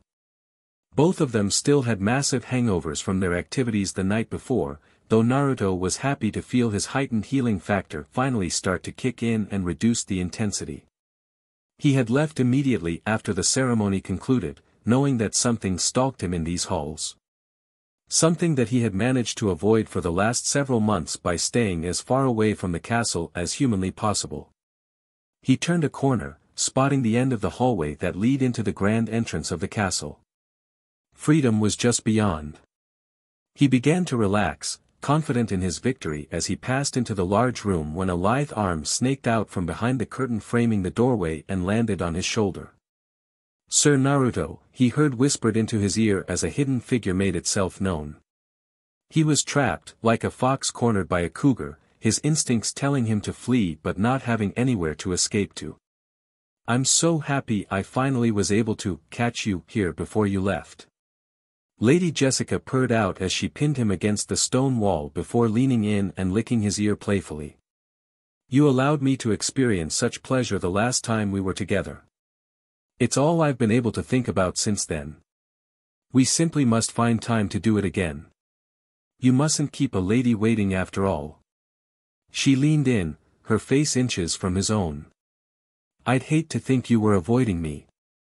Naruto shook his head frantically, memories of that night playing in his head as Jessica's scent brought primal instincts to the surface that he'd rather keep buried. You'll never have to worry about that, my lady. I doubt very much there is another woman out there that even comes close to what you are. He eyed the doorway, his mind flashing through numerous scenarios as he tried to think up anything to help himself escape. The predator's eyes narrowed at the veiled insult, her nails digging into the back of his neck from where her arms still circled his shoulders. She smiled as he yelped, relaxing as her point was made about who was in charge. It's tradition for a knight to go into battle with the token of a lady for good luck, she explained while reaching into her cleavage. She slowly pulled out a lavender ribbon before passing it under his nose. His nostrils flared at the familiar smell, his body temperature beginning to rise as his pulse quickened. I've kept that in a very NTMT spot for the last 3 days so you might think of me while you're away in the war. Her smirk signaled her victory as she folded it up and tucked it into his collar. I do apologize, Lady Jessica, but I will need a moment of Sir Naruto's time before he leaves my castle, a cultured female voice was heard coming from above them. Glancing up, Naruto was greeted by the sight of Her Majesty, the Queen slowly walking down the stairs accompanied by 3 of her handmaidens. Of course, my queen, Jessica gave a short bow, before leering at Naruto. My business with Sir Naruto is finished until he is able to return to us. Good day, she curtsied before walking out the front door. Naruto sank down to a knee, his head bowed as the queen finished descending the stairs to stop a few feet in front of him. The handmaidens continued on, breaking off so each of them went through a separate exit. Their intention to keep watch for their liege clear in their actions. Rise up, Sir Knight, she bid the blonde. I would have words with you. Naruto sighed in relief as he rose to his feet. You have impeccable timing, Your Majesty. You quite possibly saved me from a fate worse than death just now. I am in your debt. The queen chuckled at his words, her smile hidden behind a fan she held in front of her face. Surely you exaggerate, Sir Naruto. I have known Lady Jessica since I first became a princess. She has been nothing but kind to me since then. Although I have heard rumor that you were recently defeated in the dueling circle by another woman. Perhaps your issue falls is that you are unable to fight back against the fairer SEC. Naruto hung his head, unable to believe that it had only taken one night for the news of Kasuga's victory to travel all the way to the palace. Well, that explains the laughing during the ceremony, he mumbled, causing the queen to giggle yet again. I just have a healthy respect for how dangerous a woman can be, your majesty. Many men seem to forget the fact that a woman can be more dangerous than a man any day of the week if she is truly motivated. Those that can't learn that lesson don't survive too long out in the real world. The queen nodded in approval, glad that there was a knight who understood just where he actually was in the hierarchy of power. Her fan snapped shut, allowing him to see her full face for the first time. She still possessed a great beauty, though age was beginning to creep in if you looked strong enough. Your wisdom has earned my favor, Sir Naruto. She reached behind her head, untying one of the many braids used to keep her hair in a tight bun. Please wear this as a token of my blessing. I expect it back when you return from the war. We can talk about how you can serve me at that time. She finished tying the braid to his wrist before stepping back and snapping her fan open again. Good day, Sir Naruto, she said, receiving a bow from the blonde before walking towards the hall to the throne room. Her handmaidens fell into formation behind her again as if they never left her side. Naruto waited until they had gone before sprinting away of the palace as fast as he could go. Decorum be damned, he wanted out before he was stuck into any more court intrigue. The guards watched him run, one turning to the other with confusion on his face. Should we stop him? It's not proper for him to be running around the royal estate like that. You stop him, the other man mumbled, not moving from his spot. That's the DMN headhunter.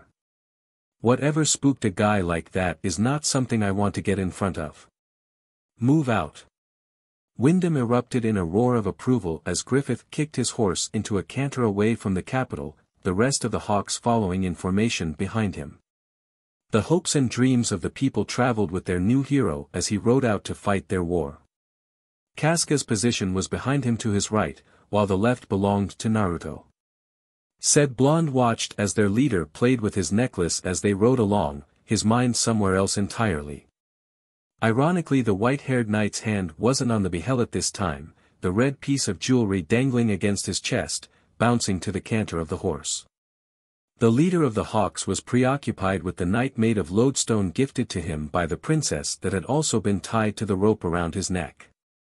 Both of his most important objects that symbolized promises of a better future that he refused to part with for anything. Naruto grunted at the sight, happy that Griffith wasn't so obsessed with the creepy red stone but nervous that it had been replaced with something that much more potentially dangerous. He observed Kasuga as she stared blatantly at Griffith, a small frown marring her otherwise appealing features. She had sweat on her brow and was hunched forwards as if in pain. Not going to risk getting near that drama, he thought to himself. Clearing his throat to get his companion's attention, he hooked a thumb back over his shoulder. We're far enough away from the castle to break formation. I'm going to keep an eye on the rest of the army. Send a runner if you need me for anything. He was gone in a blink, a dust cloud showing his former position as his blonde hair receded into the distance. Kasuga turned her head as she heard Griffith chuckle, causing him to shake his head in mirth. He just did that to escape to the baggage train, the commander explained. He'll probably take a nap in one of the carts for the next few hours. What? Kasuga exclaimed in outrage, not wanting to believe the statement but knowing the blonde too well to expect anything less. Like hell he is. I'm not letting that worthless blonde bstrd get away with that on the first day of the campaign. She wheeled her horse around, charging back down the side of the marching men, her eyes peeled for the blonde slacker. Too easy, Griffith reflected to himself as he rounded the first bend as they approached the beginning of the forest. Just ahead of him, Naruto sat on his horse, a huge smile spread across his face. "Did she take the bait?" he asked as he nudged his horse forward, pulling up next to his friend. "She'll be back there for hours checking every cart and wagon," Griffith confirmed, looking over his shoulder at the men on horseback who followed him. Not a word. He warned the first row, who all sported matching grins as they watched the interaction of their favorite leaders. "Of course not, Griffith," one of the men confirmed before turning to the blonde. "Just one question though. How exactly does Naruto plan on surviving past the next few hours when she makes it back up here and finds him?" The blonde shrugged, unconcerned about the future issues. "Not a big deal really. I've had my share of avoiding powerful women over the last few years, as I'm sure the rumors have mentioned." The chuckles he got confirmed that his shame had become public knowledge thanks to Lady Jessica making multiple trips to the Hawks camp to try to locate him. He had barely been able to escape, disappearing for a few days before she would give up and return to the courts. "When I hear her coming back, I'll just head for the carts. It'll be the perfect time to catch a nap." Laughter sounded from the men behind him, echoing down the line as the event was spread by bored and gossipy soldiers. The blonde grinned unrepentantly at his boss's exasperated look, pulling an apple from a passing tree and tossing it to his leader before grabbing one for himself. "So what's the deal with the new jewelry?" he asked, gesturing towards the necklace. "Why the hell are we doing this again?" Taipon asked as he pulled another barrel from the cart before handing it off to Guts. The berserker grunted as he adjusted to the weight before the giant stabbed the back of the barrel with a dagger. A thick black liquid began to leak out, dribbling on the ground as the man walked along a set path marked out by sticks on the ground. "We're doing this because the scout spotted Tutor's army approaching us about a day away," the headhunter of the Hawks shouted back as he and Pippin drained out their own barrels farther up the line. "Whoever gets to choose the battlefield, gets to set the tempo of the battle. I convinced Griffith that I had an idea worth trying and we're setting up for it right now. So pick up a barrel and get the hell back to work. We only have one more hill to do this on and we're done." "No, I get the purpose of why this is happening," Taipon tried to reason, unwilling to get the blonde angry with him. "I just don't see why I have to be out here doing this. The battle starts in a few hours once the other army arrives and I should be getting the second sons ready to go." "Oh, well that's different," the blonde exclaimed, much to the big man's relief that he hadn't brought down the ire of the camp's prankster on himself. "You're out here because you're big but is one of only 4 guys strong enough to help pull this off. If I let the rest of those scrawny bastards assist us, we'd be out here all day. It's your own DMN fault for being so huge anyways. And stop acting like your men would fall apart without you. We all know they're some of the most competent Hawks around. It's why you're always slacking or training instead of managing them." He threw his empty barrel over the side of the cliff into the river raging at its base. "I swear you guys are going to love this when it happens.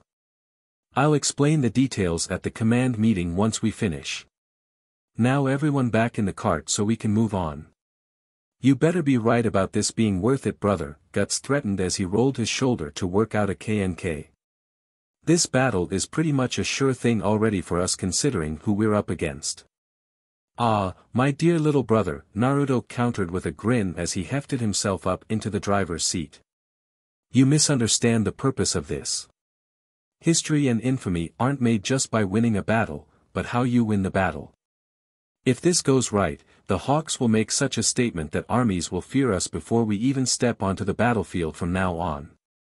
He giggled dementedly to himself as he cracked the reins, ignoring the disturbed looks the other men shot him at his unbalanced moment.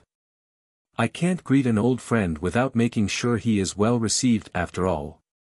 F my life," General Adon thought to himself as he sat upon his mount, at the head of his forces as they looked at their opposing counterparts across the battlefield. Each army stood atop a grassy hilltop with a large valley in between them. Storm clouds gathered overhead, blocking out the late afternoon sun and bathing the battlefield in a dark gray haze. A sheer cliff bordered one side, while the other was covered in more hills. A potential chance for flanking attacks the man noted to himself before turning his gaze forward again. When his superior, General Boscan, turned down his request for a transfer, Adon had no idea what his future would hold. He had been informed that he would be leading a key battle to regain his honor while defending Tudor's gains. What they hadn't told him was who he would be facing. Hawks, he snarled to himself, drawing looks from the men stationed behind him as bodyguards. Keep an eye out, boys, he told his men, the headhunter is on the field tonight. Looks like it's time, he reflected to himself as the commander of the Hawks, Sir Griffith, strode forward to signal his army. Adon mimicked the move, ready to send forth Tudor's pride into battle. All of a sudden, a second knight in a black ensemble came forward to stop next to Griffith. Their armor contrasted sharply as the two men appeared to speak, as if symbolizing both the good and evil that the Hawks were capable of. The General of Tudor watched the exchange take place in confusion before the White Hawk appeared to pat the Black one on the shoulder. The Black Hawk rode forward to the middle of the battlefield at the center of the valley before dismounting his horse and taking his helmet off. Adon's personal boogeyman flashed a wide grin at him before reaching into his satchel and pulling out a single match. It's a pleasure to see you again, General, the headhunter's voice boomed across the battlefield, easily heard by both armies as they watched the show. I missed you last time and we didn't get a chance to play. His smile stretched from ear to ear as he raised the matchup in front of him, causing his victim to break out in a cold sweat. Let's set up the game board so we can begin. With that, the blonde struck the match against his armor before dropping it to the ground by his side. As soon as the flame hit the ground, the fire ignited something. A small path of flames sped away from the boy towards the hills to the side, before turning sharply towards both armies. Now the flames grew higher and thicker, rising to the chest of a mounted knight as they roared to life. The blaze continued to where each of the group of fighters stood before curving around the back of Tudor's army and igniting the hillside behind them in one large inferno. Horses screamed in panic as men tried to bring their mounts back under control. We're ready to begin, the blonde nightmare called out. The evil grin was still plastered on his face, but now looked even more intimidating as the firelight danced across his face and armor. There's no retreat for you Tudor dogs tonight. Your only way out is through the Hawks, or off the cliff. How many of you are too cowardly to take the way of the warrior? The Hawks cheered loudly as he put his helmet back on and remounted his horse. Adons watched as Griffith raised his hand, sending his army forth before trailing his gaze to the valley again, only to find the headhunter gone from sight. His eyes flew open in panic as he scanned everywhere, desperate to find his tormentor. General, one of his men questioned, snapping him back to reality as he watched the enemy getting closer. Charge, he bellowed at the top of his lungs, throwing his trident forwards as his men surged around him in their rush to head to battle. Thinking quickly, he joined his men near the middle of the rush. There was no way he was marking himself as an easy target by staying behind with the command section. They would have to make do without him, it's why he trained them to act independently after all. The charge continued to speed up past what he had trained the men to do, bewildering him as to what was going on. It struck him suddenly at just how insidious the headhunter's plan truly was. His men's horses refused to listen to their riders' commands to slow down as they sped away from the flames behind them, causing his men to be spread out instead of in the organized ranks that they were used to. No one survived a battlefield fighting as an individual. Glancing over his shoulder, he found his hill empty. The sub-officers choosing to join the battle instead of braving the flames to try and coordinate strategically. Any more long-term thoughts were ceased as the armies clashed together like a hammer and anvil, the noise deafening as tens of thousands of men locked blades in mortal combat. The fight seemed to be going well enough for the first hour, both sides surging before being driven back, neither making any real headway. All semblance of command soon broke apart as battle fatigue began to set in though, the lines breaking away into a giant melee combat as the fighters began to develop tunnel vision. General Adon had no real trouble up to this point. The hawks he had come up against so far easily fell to the reach of his trident mixed with his monstrous strength. He hadn't been nearly as effective as he wanted to be though, constantly keeping an eye out behind his back in case a certain black knight decided to make his presence known. Adon watched as his men began to slowly falter, losing ground as the individual defeats began to add up on the whole. He needed something to boost their morale if they were to stand any chance at winning this battle, a significant victory to energize his men while demoralizing the enemy. His eyes scanned the field, zeroing in on a fierce battle between one of his shock troops and a small hawk near the cliff face.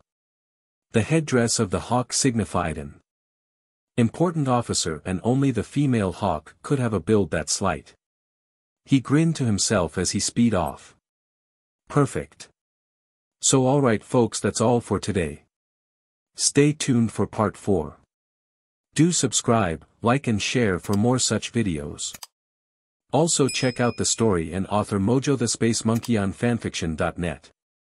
Press the bell icon to be notified first on release. See you in the next video. Till then, goodbye.